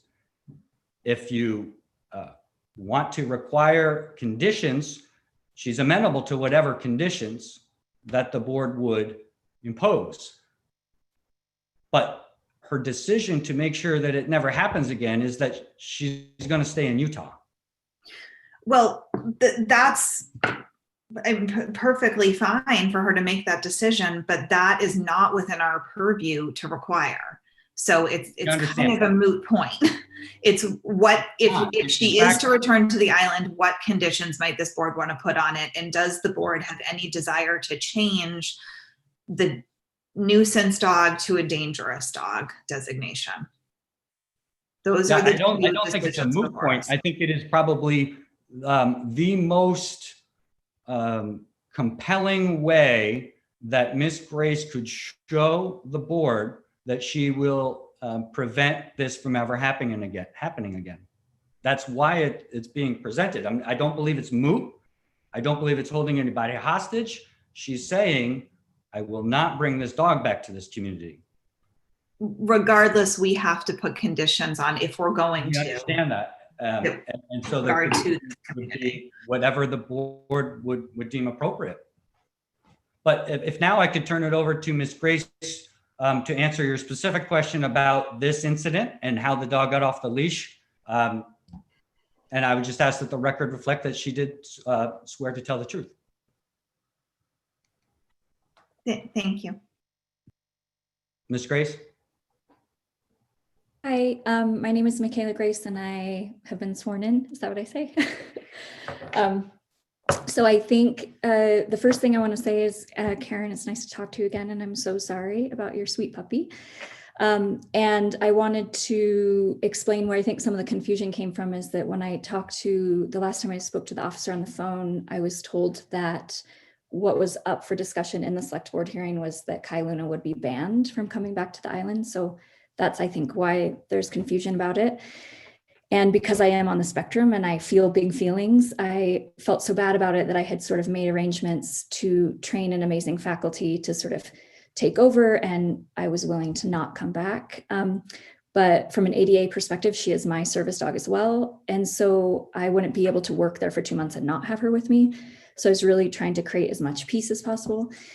Because I do have deep feelings about it all. I do not consider her to be a dangerous dog. She's a sweetheart, but I understand exactly why everyone feels the way they feel, and I greatly respect it. So about the day itself, and also to go back to what Officer Gale was saying, the day the movers came and she got out, it was me that basically very easily, like within a couple of minutes, we found her at the other house, but I immediately, in order to do exactly what was set in my ordinance, I was actually the one that called the police department to let the Fishers know. And in this situation, and as Dr. Gale can attest because she's seen it, I run Kai Luna with a mountain bike and a harness and a bungee system that attaches to my bike. So we exercise twice a day, every day. And there hasn't been any incident on this particular day with Karen's dog. We had actually we had gone trail running, and she was on leash for over an hour, and we ran into a friend, and I call it Frisbee Field. I don't know the name of the actual park, where there's like paddocks for disc golf is where we were.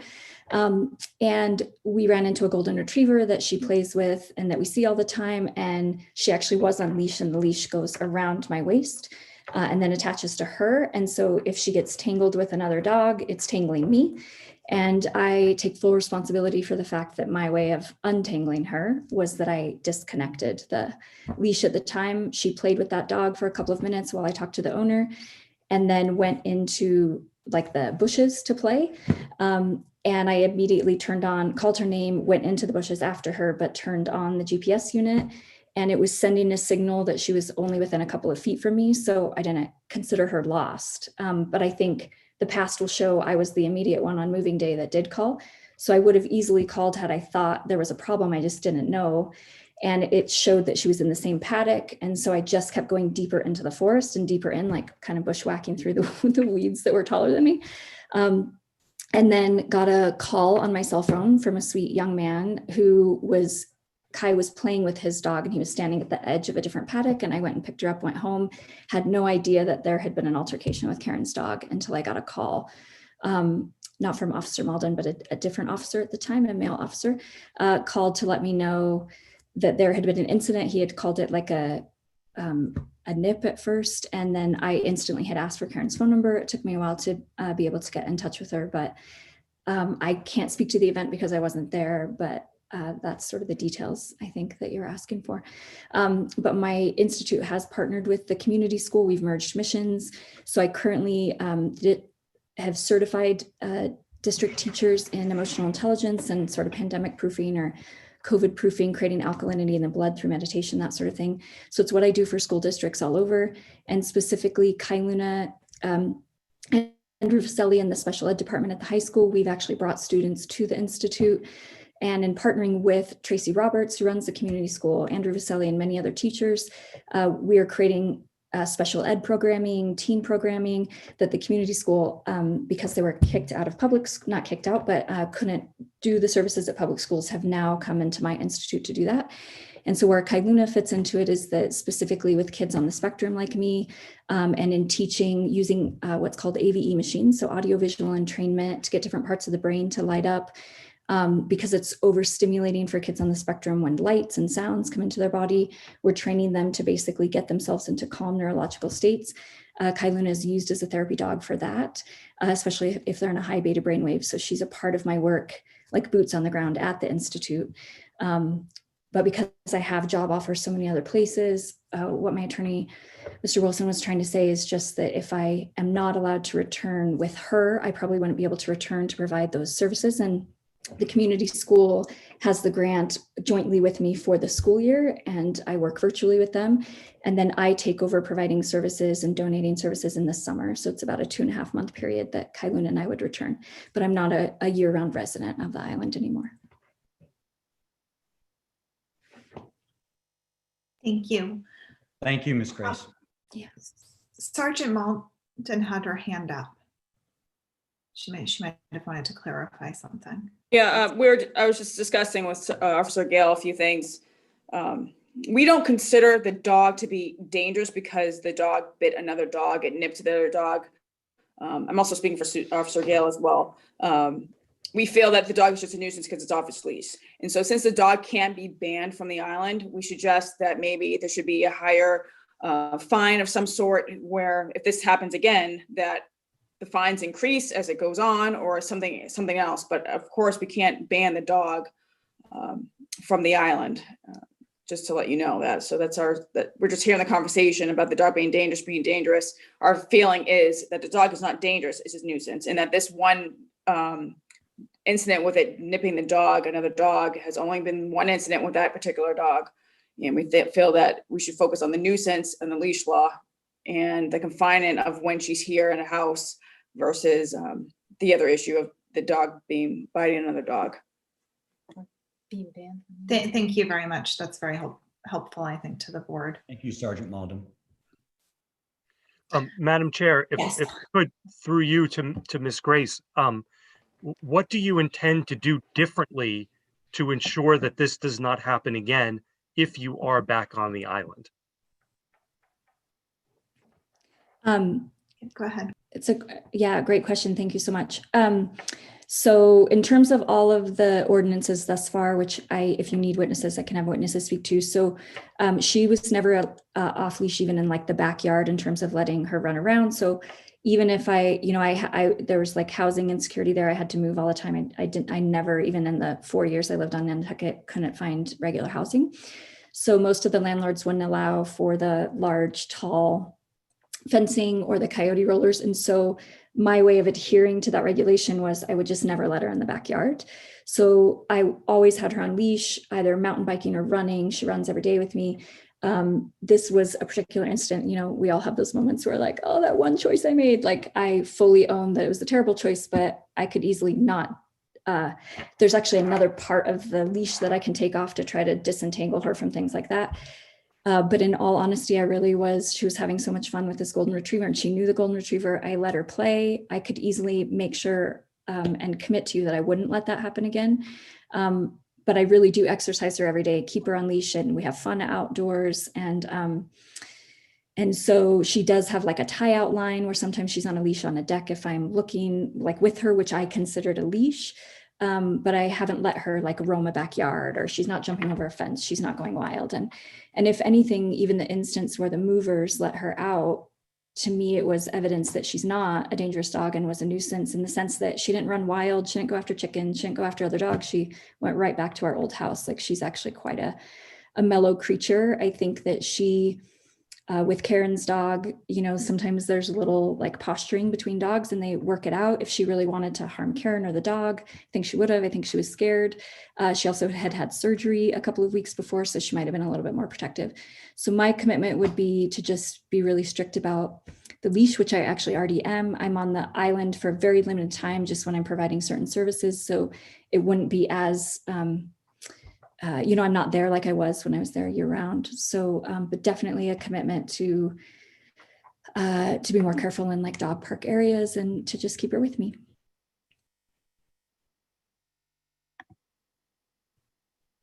Are there any questions from the board? Matt? Yeah, this is very, this whole thing is very troubling to me. You know, these rules were in place already. You know, that was not allowed already. So, you know, so what, you know, so how do we have, you know, how do I have confidence? I won't speak for anyone else. How do I have confidence it won't happen again? And, you know, and I think it may, nuisance or dangerous. I understand this, you know, nuances there, but, you know, this animal went into the fish's property and killed a bunch of other animals, and now it's nipped somebody else. You know, I've had a dog was on leash, and another dog on leash got it by the head. A friend had his dog on leash and almost had it killed by another bigger dog. So, you know, I think that this is the responsibility of the owners.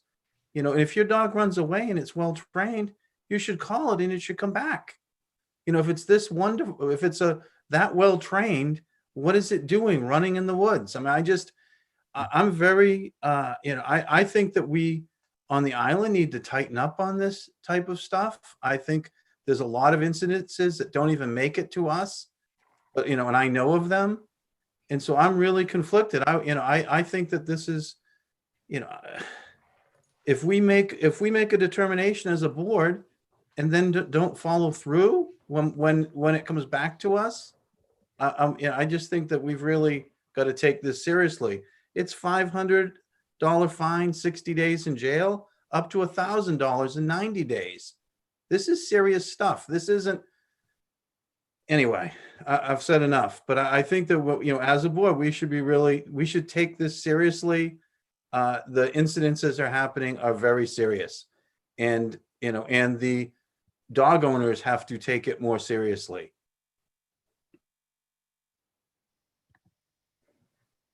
Melissa Murphy. Thank you, Madam Chair. A question for you, and perhaps through you to Attorney Corbo or to Officer Malden. I think it would be really helpful for me as a newer board member to understand what options there are in front of us in terms of elevating the existing order. I tend to agree with Matt that it's a concern that the rules that are in place that currently exist were perhaps not strong enough or adhered to strong enough. So I don't want to, while I have compassion and I also have 2 dogs myself, I also agree with Matt that I think we have to set a strong precedent that when we see a pattern of behavior happening, we have to be responsive to it. Though I'm not entirely sure what the next step above the order that we had right now, what the next order of conditions would be or what they could look like. So that's where information I feel like I need to have. Through you, Madam Chair. Yes. Thank you, Ms. Murphy. So there are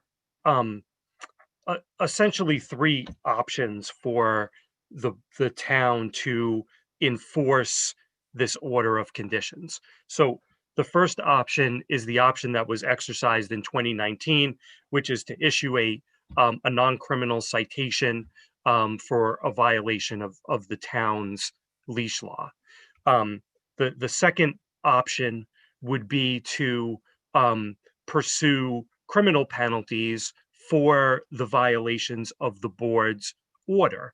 And as Mr. Fee pointed out, under Chapter 140, Section 157A, those penalties can range from a fine of not more than $500 or imprisonment for not more than 60 days in jail. For a first offense, and for a second or subsequent offense, a fine of not more than $1,000 or imprisonment for not more than 90 days in jail. In addition, under Section 157 of the same statute, a person found in violation of an order of the board can be prohibited from registering another dog in the Commonwealth for a period of 5 years. So there are, serious penalties that can be imposed as a result of an order. However, the criminal penalties have to be assessed by a court after going through a criminal process. However, that option to file criminal process is available to you. The final option is to amend the original order to impose more stringent conditions on the keeping of the dog. And, certainly I would defer to Sergeant Malden as to what options she might recommend that might be appropriate here. The difficulty that I see is that, the next most logical place to go if the conditions that you've already ordered aren't working would be to say that the dog cannot be walked on public properties in the town, that it has to be confined to the premises of the owner, whether that's indoors or outdoors. The difficulty here is that we don't know what the premises of the owner are at this point, and I would suspect that she probably doesn't know at this point either. Another option might be, if the dog is going to be allowed to be walked off of the owner's premises, that it be muzzled at all times while it's being walked, and in addition to the requirement that it be leashed, and so that this way, if there is a subsequent violation and the dog gets loose, at least there's some measure of protection that the dog is not going to bite another animal, which seems as has happened on several occasions here. So those are the types of things. So sometimes we call it progressive discipline, where you start off with one set of conditions, and if that doesn't work, you move up, and then if that doesn't work, ultimately maybe you say that this dog does need to be seized, or considered a dangerous dog, or something to that effect. And it should also be noted that if an officer of the town, either through the police department or animal control, are to find this dog loose and unattended, they are authorized to seize that dog and hold it for keeping until such time as it's authorized for release, which would also then include payment of the kennel fees until that time. So, there is an additional layer of enforcement here should it rise to that level.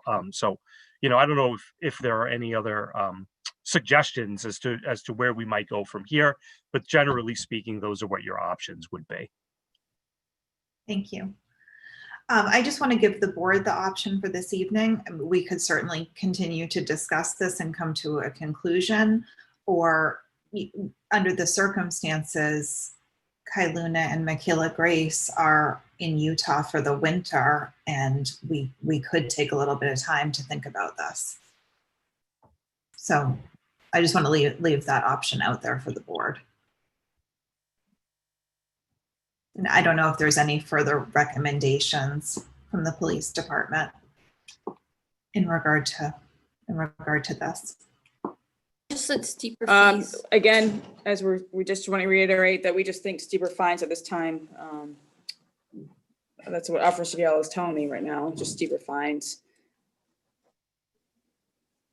Okay, thank you.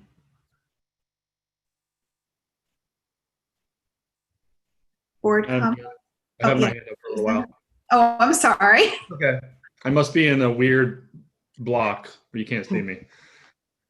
So thank you, Greg, for laying out different options. Your second option was you said the criminal citation with fines. Is that the only way we can fine through a criminal citation, or can we just fine up to $500 or whatever we want? I'm just using that number as a fine, and then do a progressive. What you said, progressive discipline. Yeah. So, in order to collect that particular set of fines, you do have to go through a criminal process. The board itself does not have the authority to assess a fine. The other way to collect a monetary penalty is by going through the ticket process under non-criminal disposition. And in order to increase the fines for non-criminal disposition, you would have to go through a bylaw amendment. And so I'd have to say I'm not familiar with what the town's bylaw has in it now, but the general laws do authorize you to increase fines for dog violations to up to $500 at this time. So, but as we sit here right now, that's a town meeting issue. And so your options really are, and all three of these options can work at the same time. So you can issue a ticket under the existing bylaw, which I assume probably goes up to $300. You can file a criminal complaint, and you can amend the order. You can do all three of these things at the same time. But in order to just assess the fines, you're really limited to what's in the bylaw.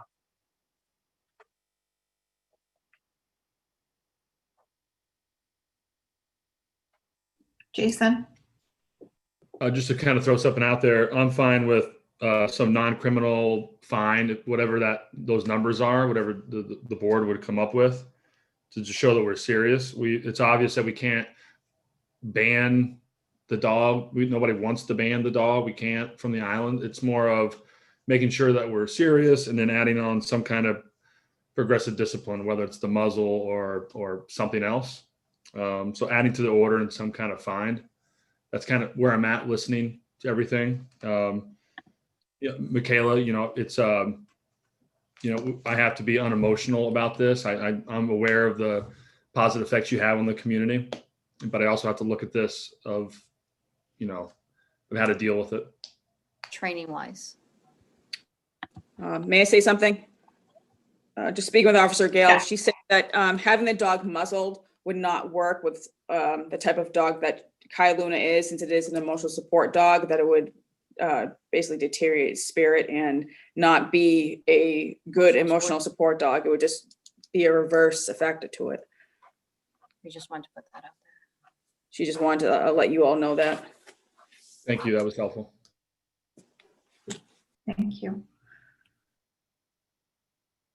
I very much defer to recommendations from Officer Gale on this. And I do feel like it was a very isolated incident in this case, that lots of measures have been taken and adhered to. And I'm very sad that it happened. But I don't want to see either Kai Luna or Michaela Grace not return to the island. But I think we have to figure something out. Christy? I was just going to add that I agree with you that going off of Officer Gale's recommendations, that her recommendation was to increase the fine. So I think maybe going that route is the best way. I don't think we should go the route of muzzling. Hearing those concerns, I think were really valid. So that's kind of where I stand tonight. Melissa? Thank you, Don. I agree with Christy, and I also do want to just add that I don't ever want any community member, whether they've been here temporarily or choose to make roots here, feel unwelcomed to be here. And I don't know where that narrative evolved from, but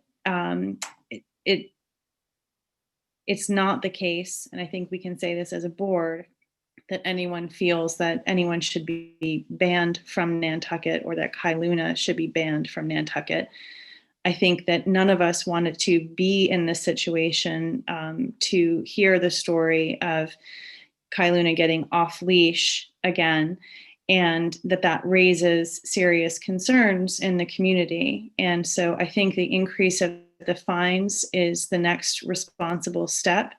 And I most sincerely hope that we're never in this situation again, regardless of where you choose to make roots, Michaela, and that you are welcome here, and Kailuna is welcomed here with responsible behavior. And I think that that's all that this board asks for. And I think that that's something that you understand and respect also. So I'm comfortable. I don't know if we close the public hearing and make that recommendation, but I'm comfortable with that suggestion. And I'm also confident in Sergeant Malden and Officer Gale's recommendations, that they really understand Kailuna and understand the situation. So I defer and respect their opinion. Would it be acceptable at this point for me to close the hearing? So, On behalf of Ms. Grace, there would be no objection on her behalf, Madam Chair. Thank you. Thank you. Madam Chair, through you. So I guess I would ask, before you close the hearing, does the board, is there a motion that's going to be made, or are you simply going to close the hearing with taking no action? That's what I'd like to hear from the board. I defer action ready to make them this evening. Melissa? Ready to move forward with making a motion this evening. I don't see a need to defer this and talk about it further. In fact, I hope we never have to talk about Kailuna again in this setting. So, Madam Chair, through you, if there's going to be a motion, the hearing stays open until the motion is made and voted, and then you close the hearing. Okay, got it. Would someone like, Matt? Yeah, just again, if we make a motion, I want to make sure if we're back here again, like I don't, we say, I want Michaela to be able to come. I'm not so sure I want her dog here, myself, unless it's on a leash. And if it's on a leash, I'm not worried about it being muzzled, but I want to have some, confidence that it's going to be on a leash and that this is, this is serious. There's a lot of incidences that we don't even hear about, not necessarily her dog, but island wide. And so I think, I understand that, and I'm not unwelcoming to Michaela or to her dog, but I want her dog, on a leash, period. And so how do we ensure that, whatever the motion, and if it comes back here again, we can't say we can't ban the dog, but I don't, it shouldn't be back here. And if it happens again, I think we're going to have to put the dog down, and I don't want to, and I'm not saying that lightly. I have animals and I love animals, but boy, don't put us in that situation, and don't put, other animal owners in the situation of losing their dog or having this happen again. I think that we have to be very, just be aware that if this comes to us again, it won't be a second slap on the wrist. I would hope that the board would agree to that.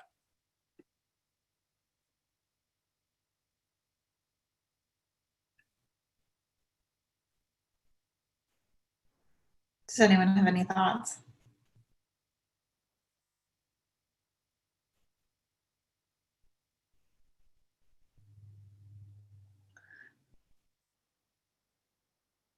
Does anyone want to make a motion?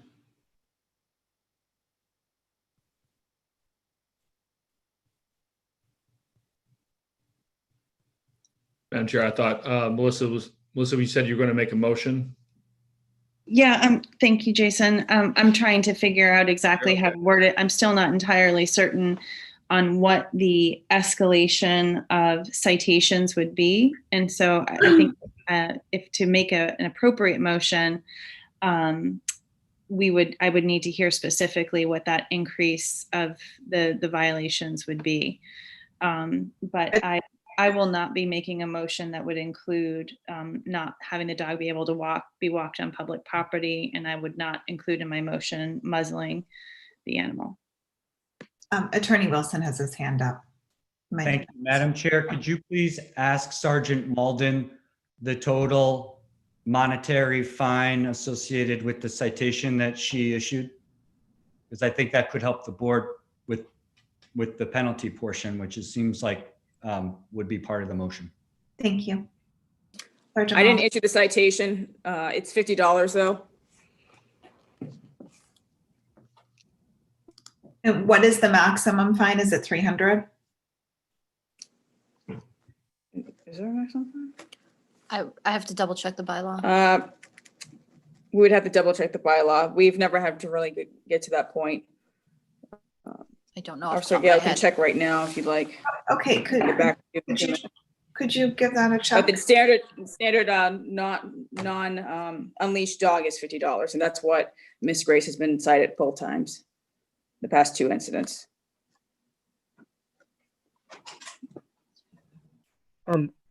Madam Chair, through you. Yes, please.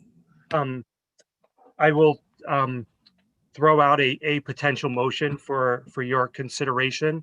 I move that we find that Ms. Grace violated the board's May 23rd, 2020 order, and that Ms. Grace be warned that any future violations will be punishable to the maximum extent allowed by law. Our order wasn't May 2020. Oh, I'm sorry. 2019. Okay, I was like, no, this happened before. Yeah, well sorry before. about that. May 23rd, 2019. Madam Chair, I would make that motion. Okay, is there a second? Second.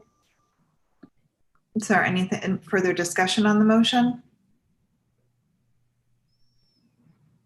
Hearing none, I'll go to a vote. Matt Fee, Aye. Christy Ferrantella, Aye. Melissa Murphy, Aye. Jason Bridges, Aye. John Holgate, aye. I think that we could continue discussion on what future penalties will be. I'm not ready to say definitively what a future penalty would be if this is violated again without knowing the circumstances. I'm definitely not in a position where I'm ready to make a decision about putting a dog down without knowing the very definitive circumstances that would bring it to that level. So I'd like to say that we're done with this for tonight, but I'll take any further comments. Melissa?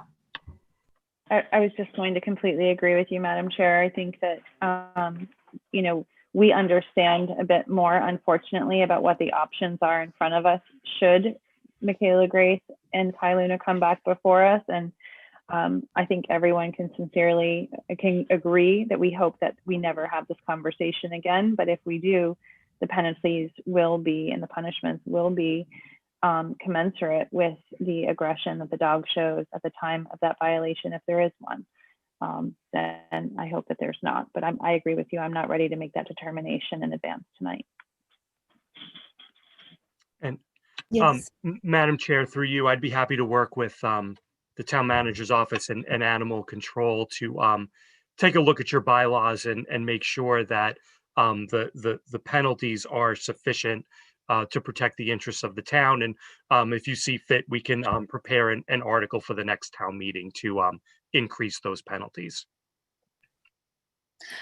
I think that that's something that should be available to us, especially as more of these incidences happen with an increase in population. Matt? With with the previous order, there are certain conditions that can't be complied with already. So if they can't be, they shouldn't be on there, like being confined in a certain space wasn't complied with. So we should take a look at that. And I'm saying, and I like that we've said up to the maximum, based on the incident, but I think that we have to, I'm not saying I would do that, but at the same time, I think we can't shy from doing that. This can't come back to us again. This is just not acceptable. So.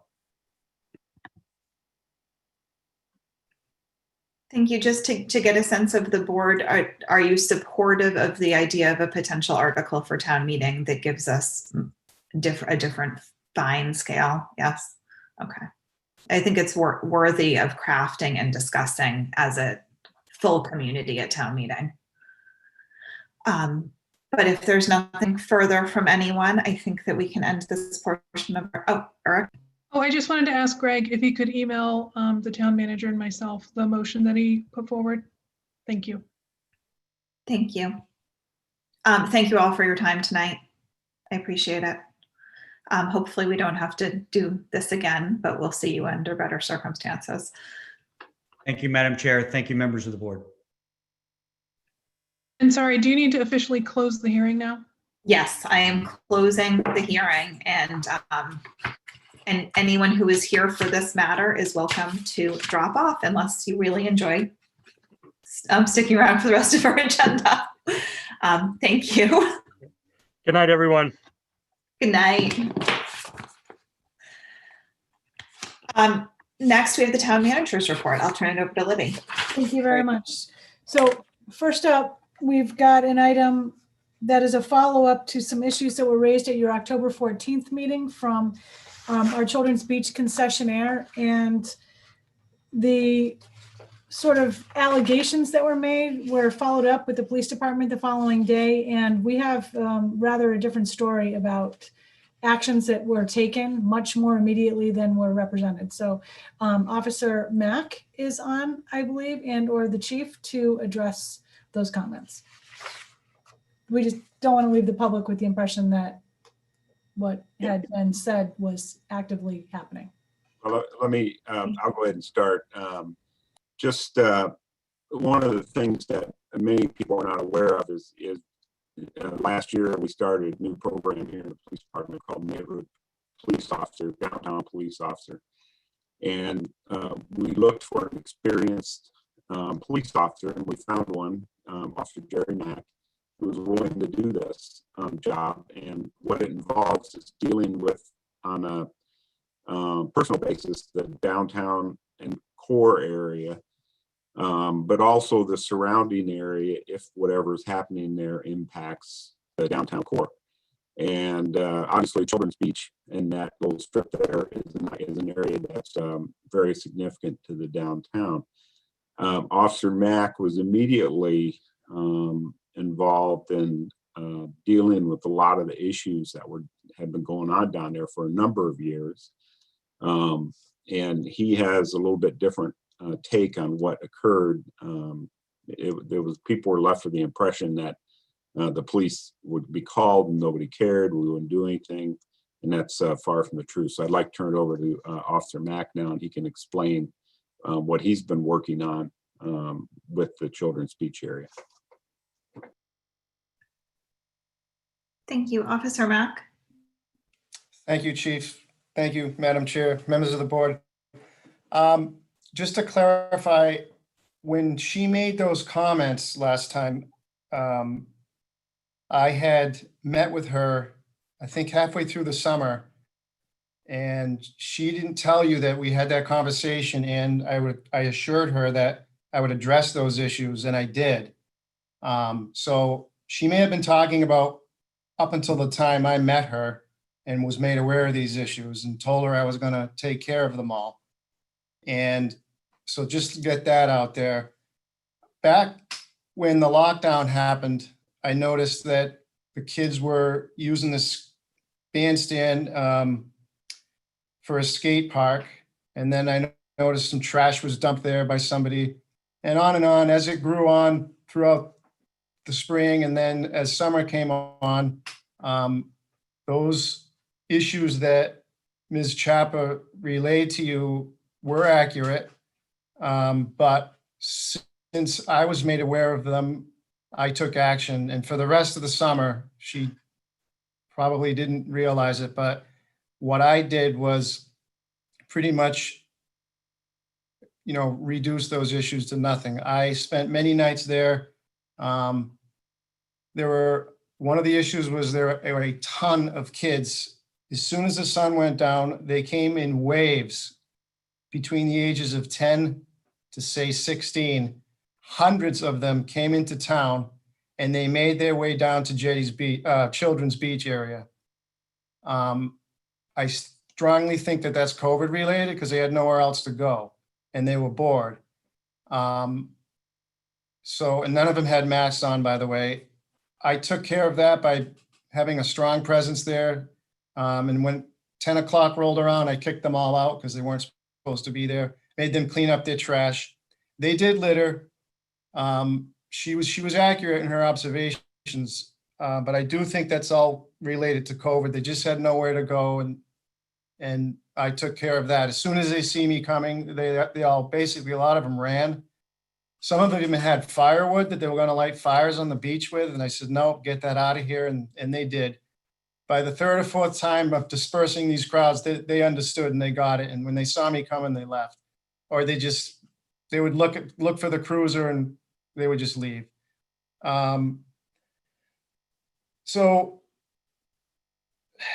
if I saw anything that was going on, if any trash was left behind, I would get with the DPW, they'd come and clean it up. I had a strong presence there at night. Anything that happened during the day, I would go. I went there every day. If there was any issues, the homeless person she mentioned absolutely was not a quality of life issue. He's actually quite intelligent. I'm in touch with him on a regular basis, and he doesn't bother anybody. And it's just, we just have to live with it. It's just the way it is. We've got to keep in with the times here. He's homeless, and that's not his fault. So that's not really a non-issue. It might be a quality of life issue for some visitors, but it really isn't. So with respect to the safety at night during the concerts, Dave Sharp made me aware of it as soon as it happened. And I said to him, since he is there every night of the concert, I told him, just call us and we'll respond. And I don't think there was an incident after that. And again, to reiterate, I think all of this is related to COVID. If this was a regular summer and a regular year, it would be different, but they really had nowhere to go, and they really did everything back there. There was marijuana smoking, there was drinking. Every time I showed up, I saw that, and I took care of it. And I don't think if I continue to do this, it won't happen again. There was evidence of other things that went on back there that I can't mention, but I think after I met with her and I was made aware of these issues, then it got better. And that's where we're now. I think it'll continue to be even better. I can do a better job at it as well next summer if we're still into COVID as bad as we were this summer. Okay, thanks, Officer Mack. I think what we wanted to get across was the downtown police officer, his job is problem solving, and he's supposed to work with the businesses and the residents down there directly, not necessarily wait for a call, but to look and identify problems and then work with them directly to try to resolve them. Now, in addition to this, over the last 3 years, we did answer over 209 calls for service at Children's Beach, which is a lot. So, we take into consideration where it is and the activity down there. And the calls for service are the whole gamut of things, everything from domestic disputes to fighting to parking ticket issues, everything else. I know Officer Mack arranged for when he's not there to have other shifts and officers patrol and check the area. And they logged almost 200 plus premise checks of that area over the last year. So we are take these complaints seriously. We do put a lot of resources into it. And I'm not trying to shame the vendor down there at all, because she obviously has her perception of what she saw. We just want to make sure that people know that we do address these things, and that if you work with us, we can address them even more effectively. So thank you.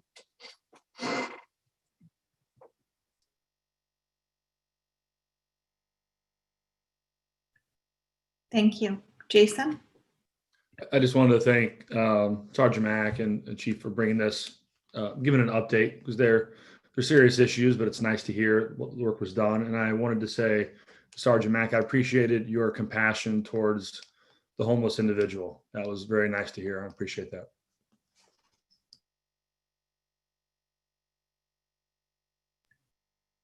No, it seems like it's a really great thing to have the presence in town.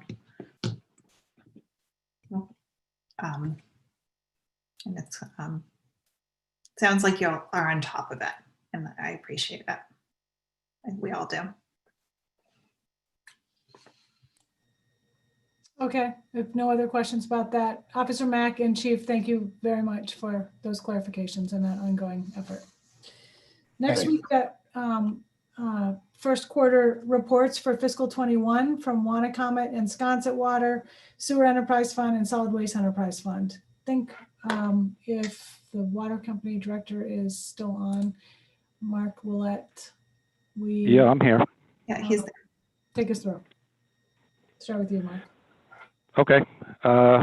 Thank you, everyone. Appreciate your time. The first quarter for us ended on a good note, started on a pretty good note. We were up in revenue about 14%. The bulk of that, it was in new connection fees. We had some big developments on Old South Road that came online, as well as some off of Bartlett Road area, Myacomet area. So we had like 40 new connections made in that first quarter. We also pumped more water the first quarter of this year than we did last year, and almost in every other year. We actually pumped 38 million gallons more water this quarter, first quarter of this year, than we did last year. So it was a combination of, I think a pretty busy summer and a really dry summer. So overall, it went pretty well. We were very conservative going into this budget time, not really knowing what was going to happen. But all in all, I think we're pretty solid moving forward at Wannacomet. On the expense side, we did have a couple of major leaks downtown. The biggest one was probably right on Salem Street on the corner of Fresh, where Fresh is. Thanks to David Gray and his crew, the sewer guys coming down and giving us a hand, we were able to button that up pretty quick. And working with the DPW and Rob McNeil, we figured to pave that small section, curb to curb, sidewalk to sidewalk. So all that was said and done, and that's the only reason why there's a major increase in the repair and maintenance side. Were those two breaks, that and the one next to the High Line. But other than that, we're in good shape at Wannacomet.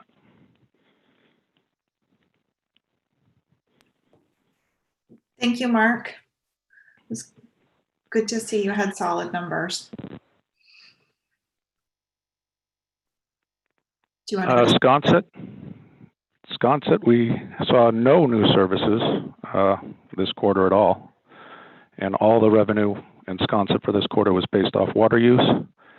This summer was a 10% increase in water use over last summer. Again, I think it was pretty busy. And the combination of the drought, or almost drought. We were about 4 inches away in our drought management well from having to restrict water use. So it was pretty dry. Sconset,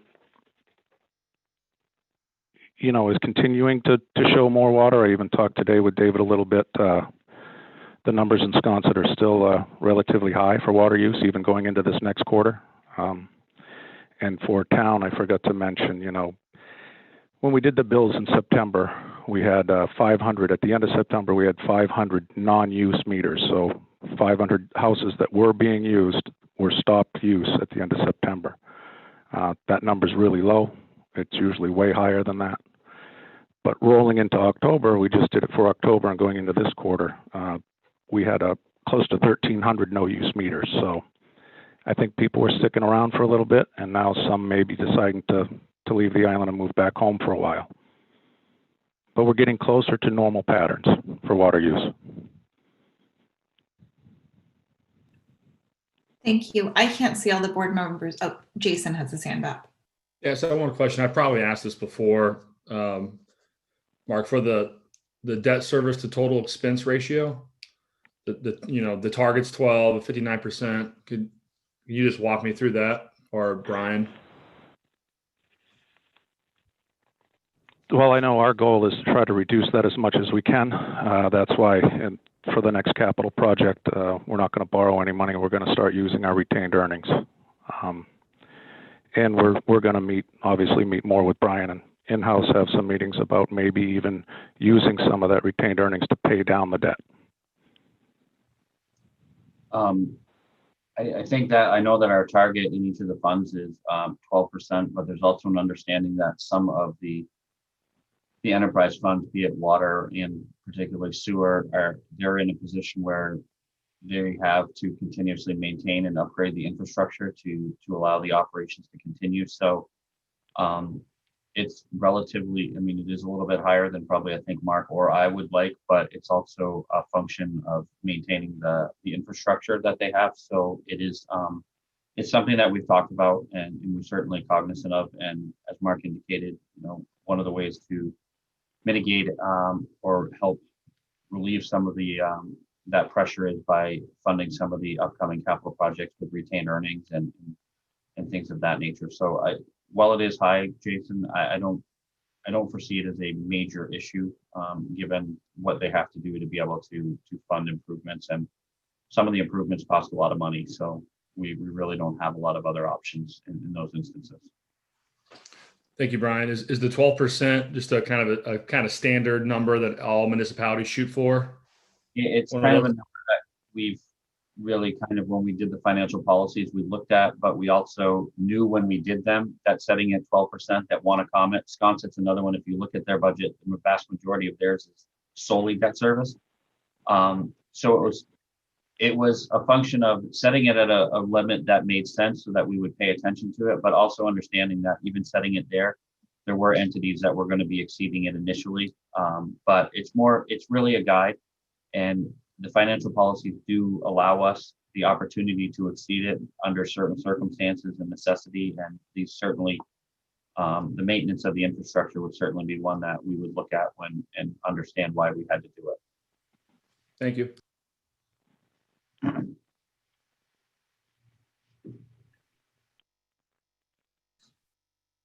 Next up is Sewer Enterprise. Hello, everybody. We're about in the same boat as Mark. We've seen an awful lot of increase in activity, especially in our permitting.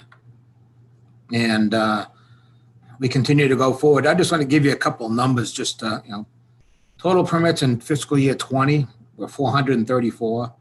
And in 2019, it was 270. And we're already sitting at just under 200 already this year. So permitting is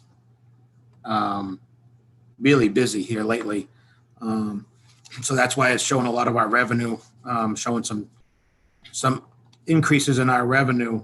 And one of the things we're noticing, a lot of the permits are basically coming out of the Shimo Nantucket Harbor project. Those, the clock's ticking on a lot of those for their 2-year connection. So there's been a real big uptick there. Some of the other big upticks we're seeing as far as permitting and revenue goes is modifications to dwellings, adding bathroom, bedroom, whatever. We've had some modifications come in that people are adding 4, 5, 6, 7 bedrooms and bathrooms. So we're seeing some big upticks there. And we're doing okay, I think. We seem to be moving along very steadily. A lot of our revenue is up, as you can see.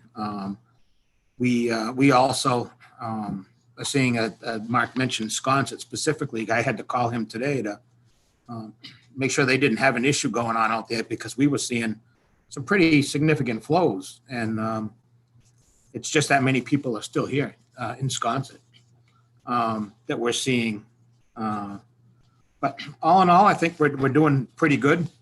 Our sewer expenses were up a little bit this first quarter as we had two major repairs we had to do, one on Nantucket Road, and then the other one was down on Pleasant Street where we had a manhole on Nantucket Road just about collapse the road on us, and another one on Pleasant Street that was in really critical shape.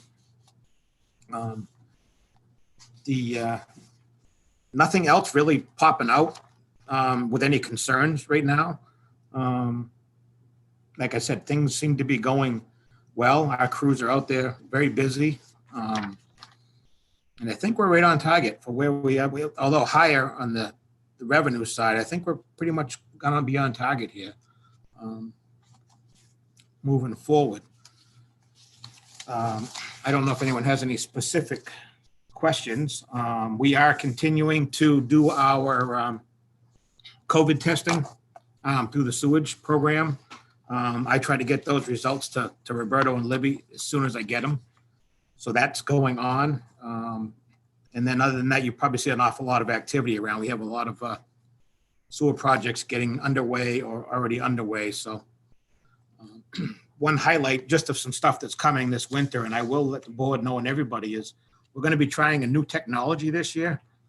As far as sewer repairs go, we're going to be doing a lot of slip lining and cured in place structural lining of a lot of the old mains, the circa 1920 mains or whatever that are in really good shape. We're going to actually line them without having to excavate the roads. So we're hoping to start to use that technology coming forward. I know it's used in the water industry as well. I'm excited to see it happen. Other than that, you know me, I could talk forever, but I'll be quiet for now. Thank you, David. Anybody have any questions? Solid waste up next. Thank you, Madam Chair. Happy to report that despite COVID, solid waste is generally on par with last year, this quarter. Revenues were slightly down, just 4%, but obviously represents just a small percentage at 19% of the overall projected revenue budget. Tipping fees were down just 5%, despite pretty substantial lower volumes due to COVID. But on the flip side, solid waste expenses side, we're virtually at a 0% change from last year. So that's good news considering all the changes. It looks like we're turning the corner and things are returning. C&D's a bit down, but we did see the compostable and combined municipal solid waste volume actually up from 2020 and 2019.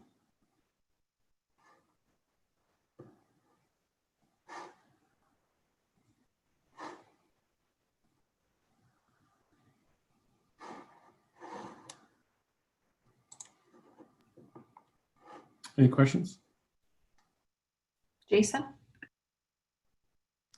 Yeah, Rob, is there any reason why you think those are up or down? I would assume that C&D would have been up just because, what I see right in front of me, the building and stuff, but so I was surprised that was down. Any thoughts why?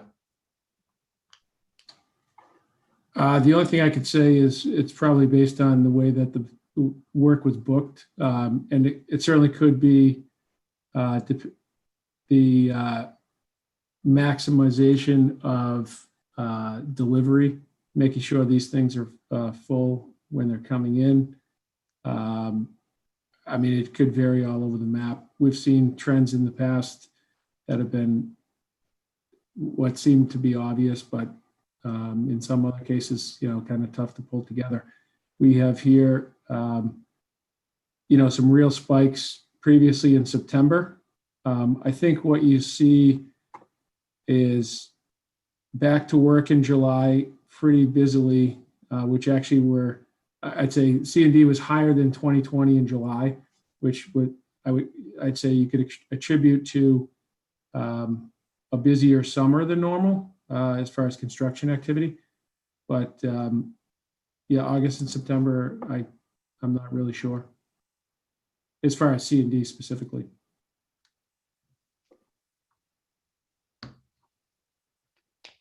Thank you. Any other questions?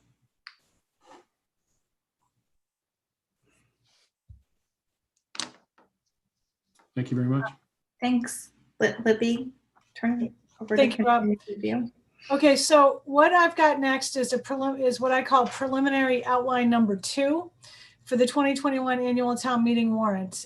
You first started reviewing potential warrant articles on October 14th, and I am going to take you through what may have come in since then. The items that have come in since then are highlighted in yellow. Erica, can you? Yeah, thank you. So first off, I sort of have categorized these things by warrant article type. So first we've got an additional appropriation article that would renew the Board of Health's septic system betterment loan program. And I think somewhere in my email, I've gotten some information from Health Department and Finance as to the number of septic systems that have utilized the program, how much we've given out so far, what's pending from the current program. This is perhaps, Brian, if you're on maybe the 3rd time, possibly even the 4th, that we would be putting this loan program forward. And the way it works is people who meet a certain criteria for their septic system to be repaired.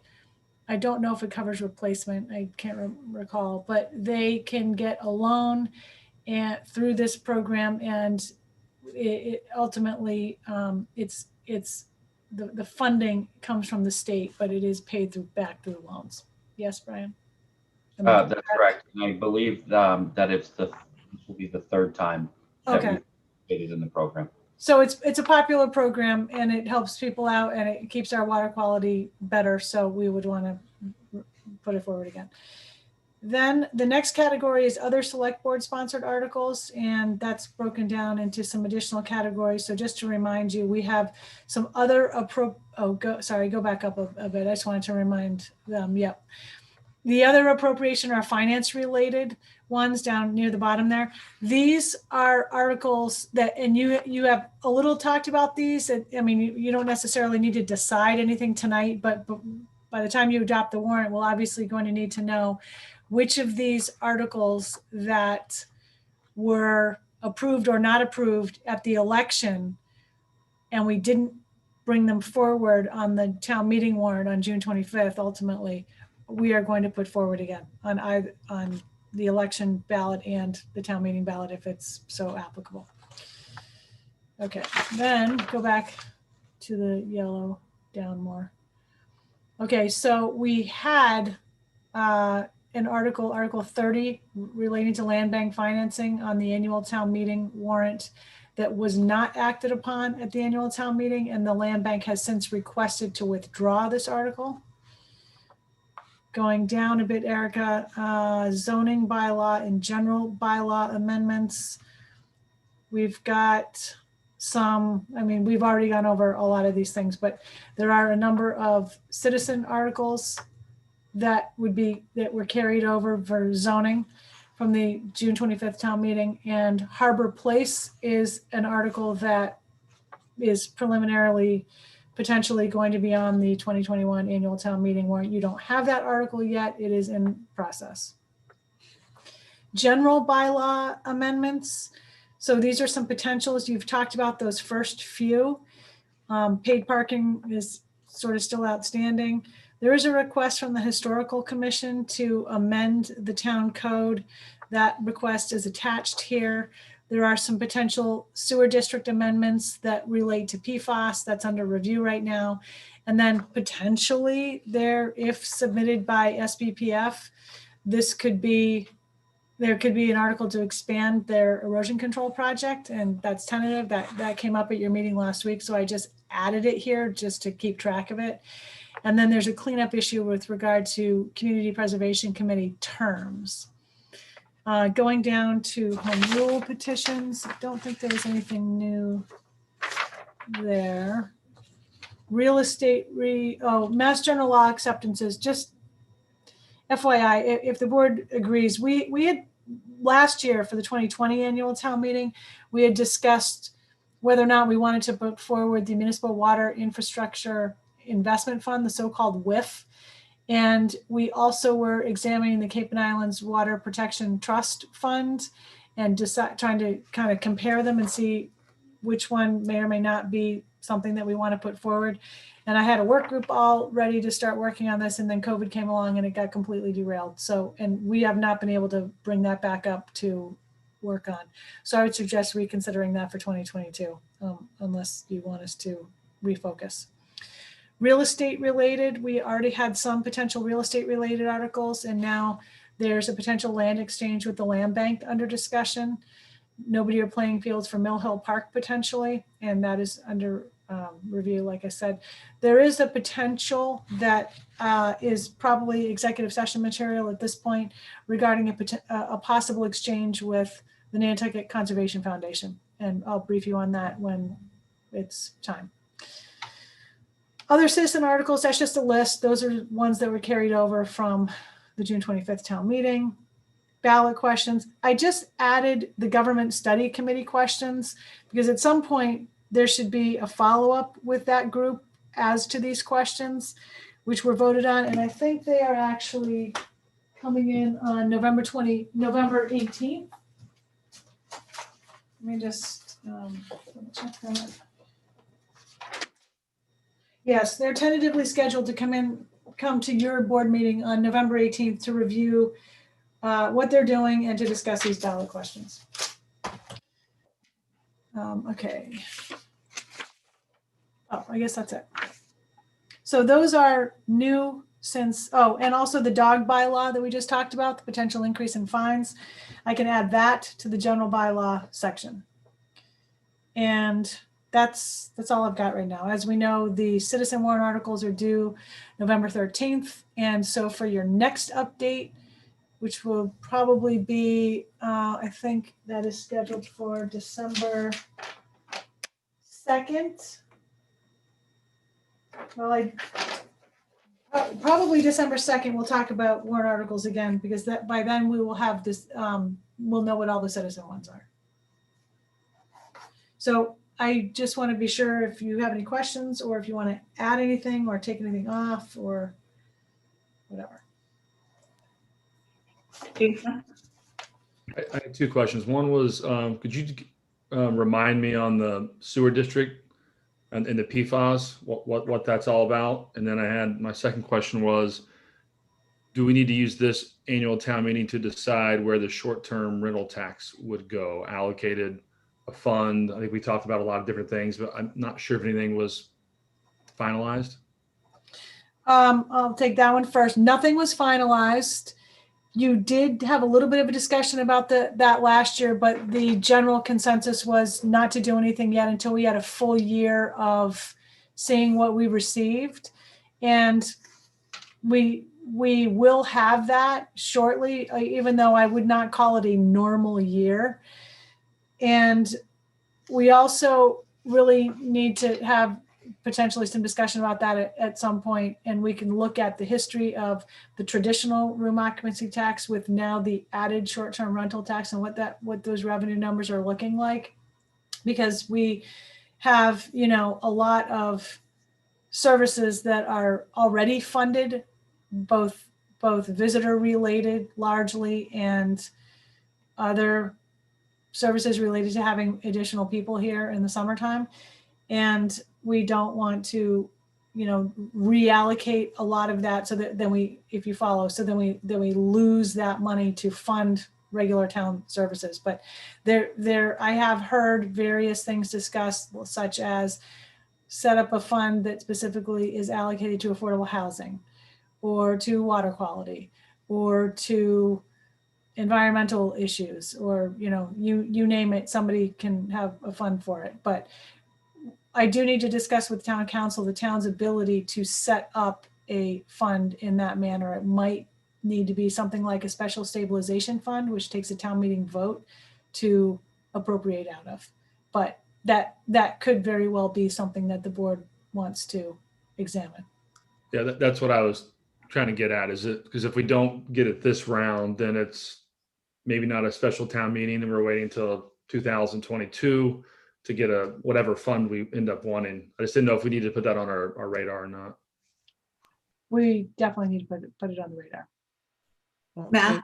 And if it gives us more flexibility to not set up a fund right now in the short term, we have some major expenses that may not pass, town meeting. Our island home as an override being one, maybe some of this could go there for the short term.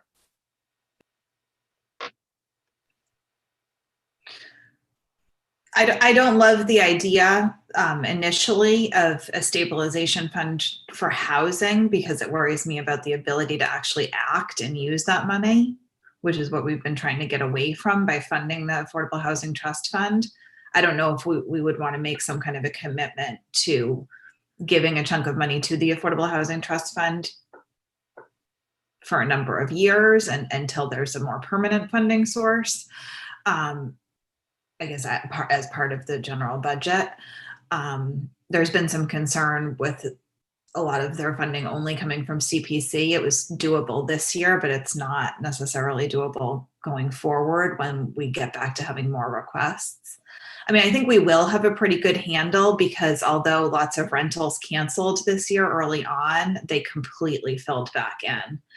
The only thing that might actually be different is that it will be more money, because anything that was over 31 days was exempt from the tax, and there were more requests for longer stays this year than ever before.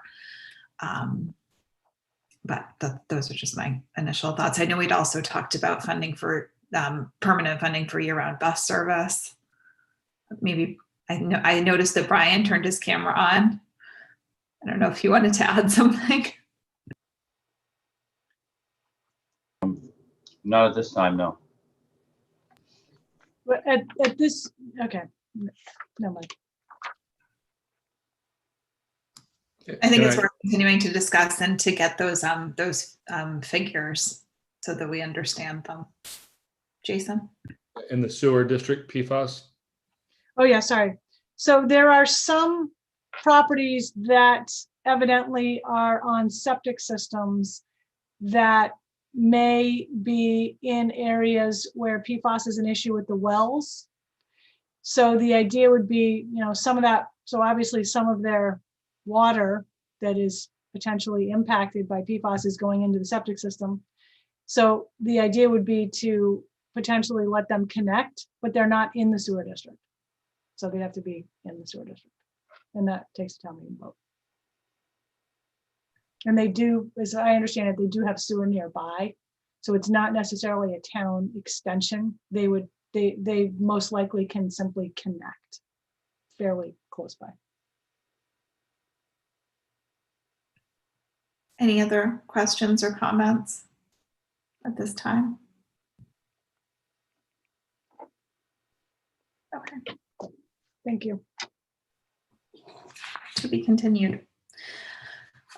We have committee reports up next. I don't have any necessarily committee reports. Oh, go ahead, Matt. Yeah, I'm sort of the same. The only thing I wanted to bring up, Remain, the report from Remain, we talked about it quickly, but it came out from the different businesses, the survey, 82%, 199 of the people who responded had their revenue drop in April through September this year. It totaled $75 million. In the median amount that was lost was $150,000. So that's, I thought that was, they had a really good turnout, as we heard last week, but I thought when I actually read the numbers, it was pretty incredible. So.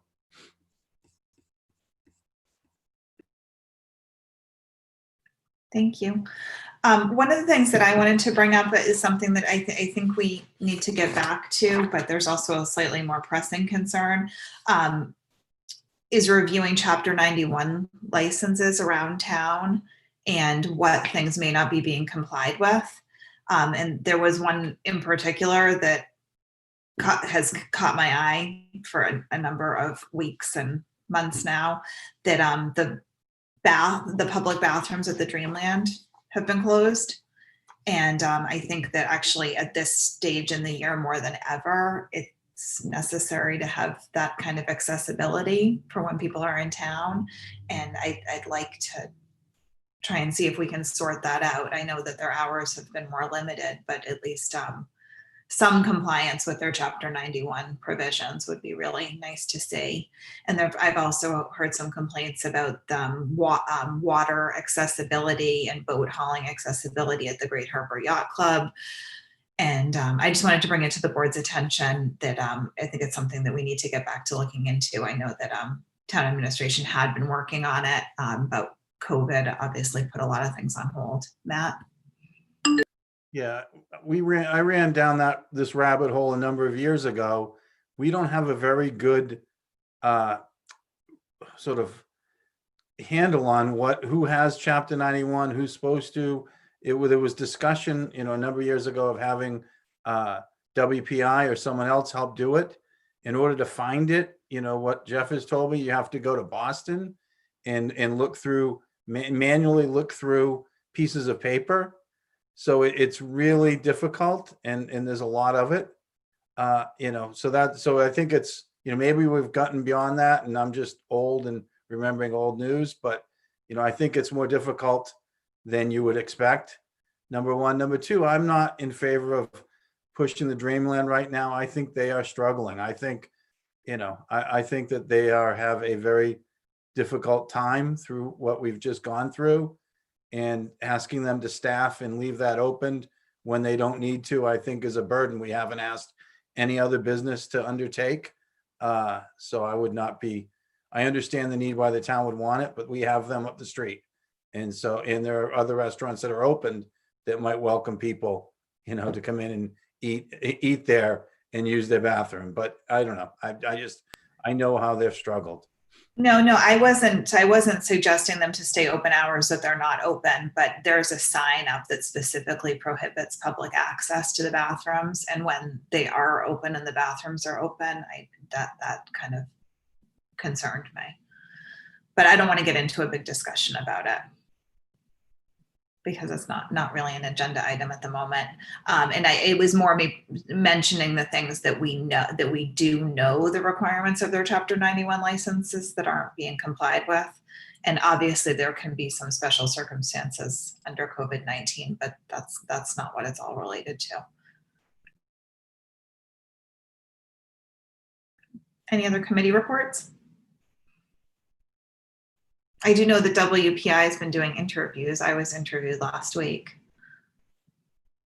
for some projects that they're doing this year. Unfortunately, they're not on island. Matt? Move to adjourn. Is there a second? Second. All those in favor by roll call. Matt Fee? Aye. Jason Bridges? Aye. Christy Ferrantella? Aye. Melissa Murphy? Aye. Don Holgate, aye. We'll see you tomorrow.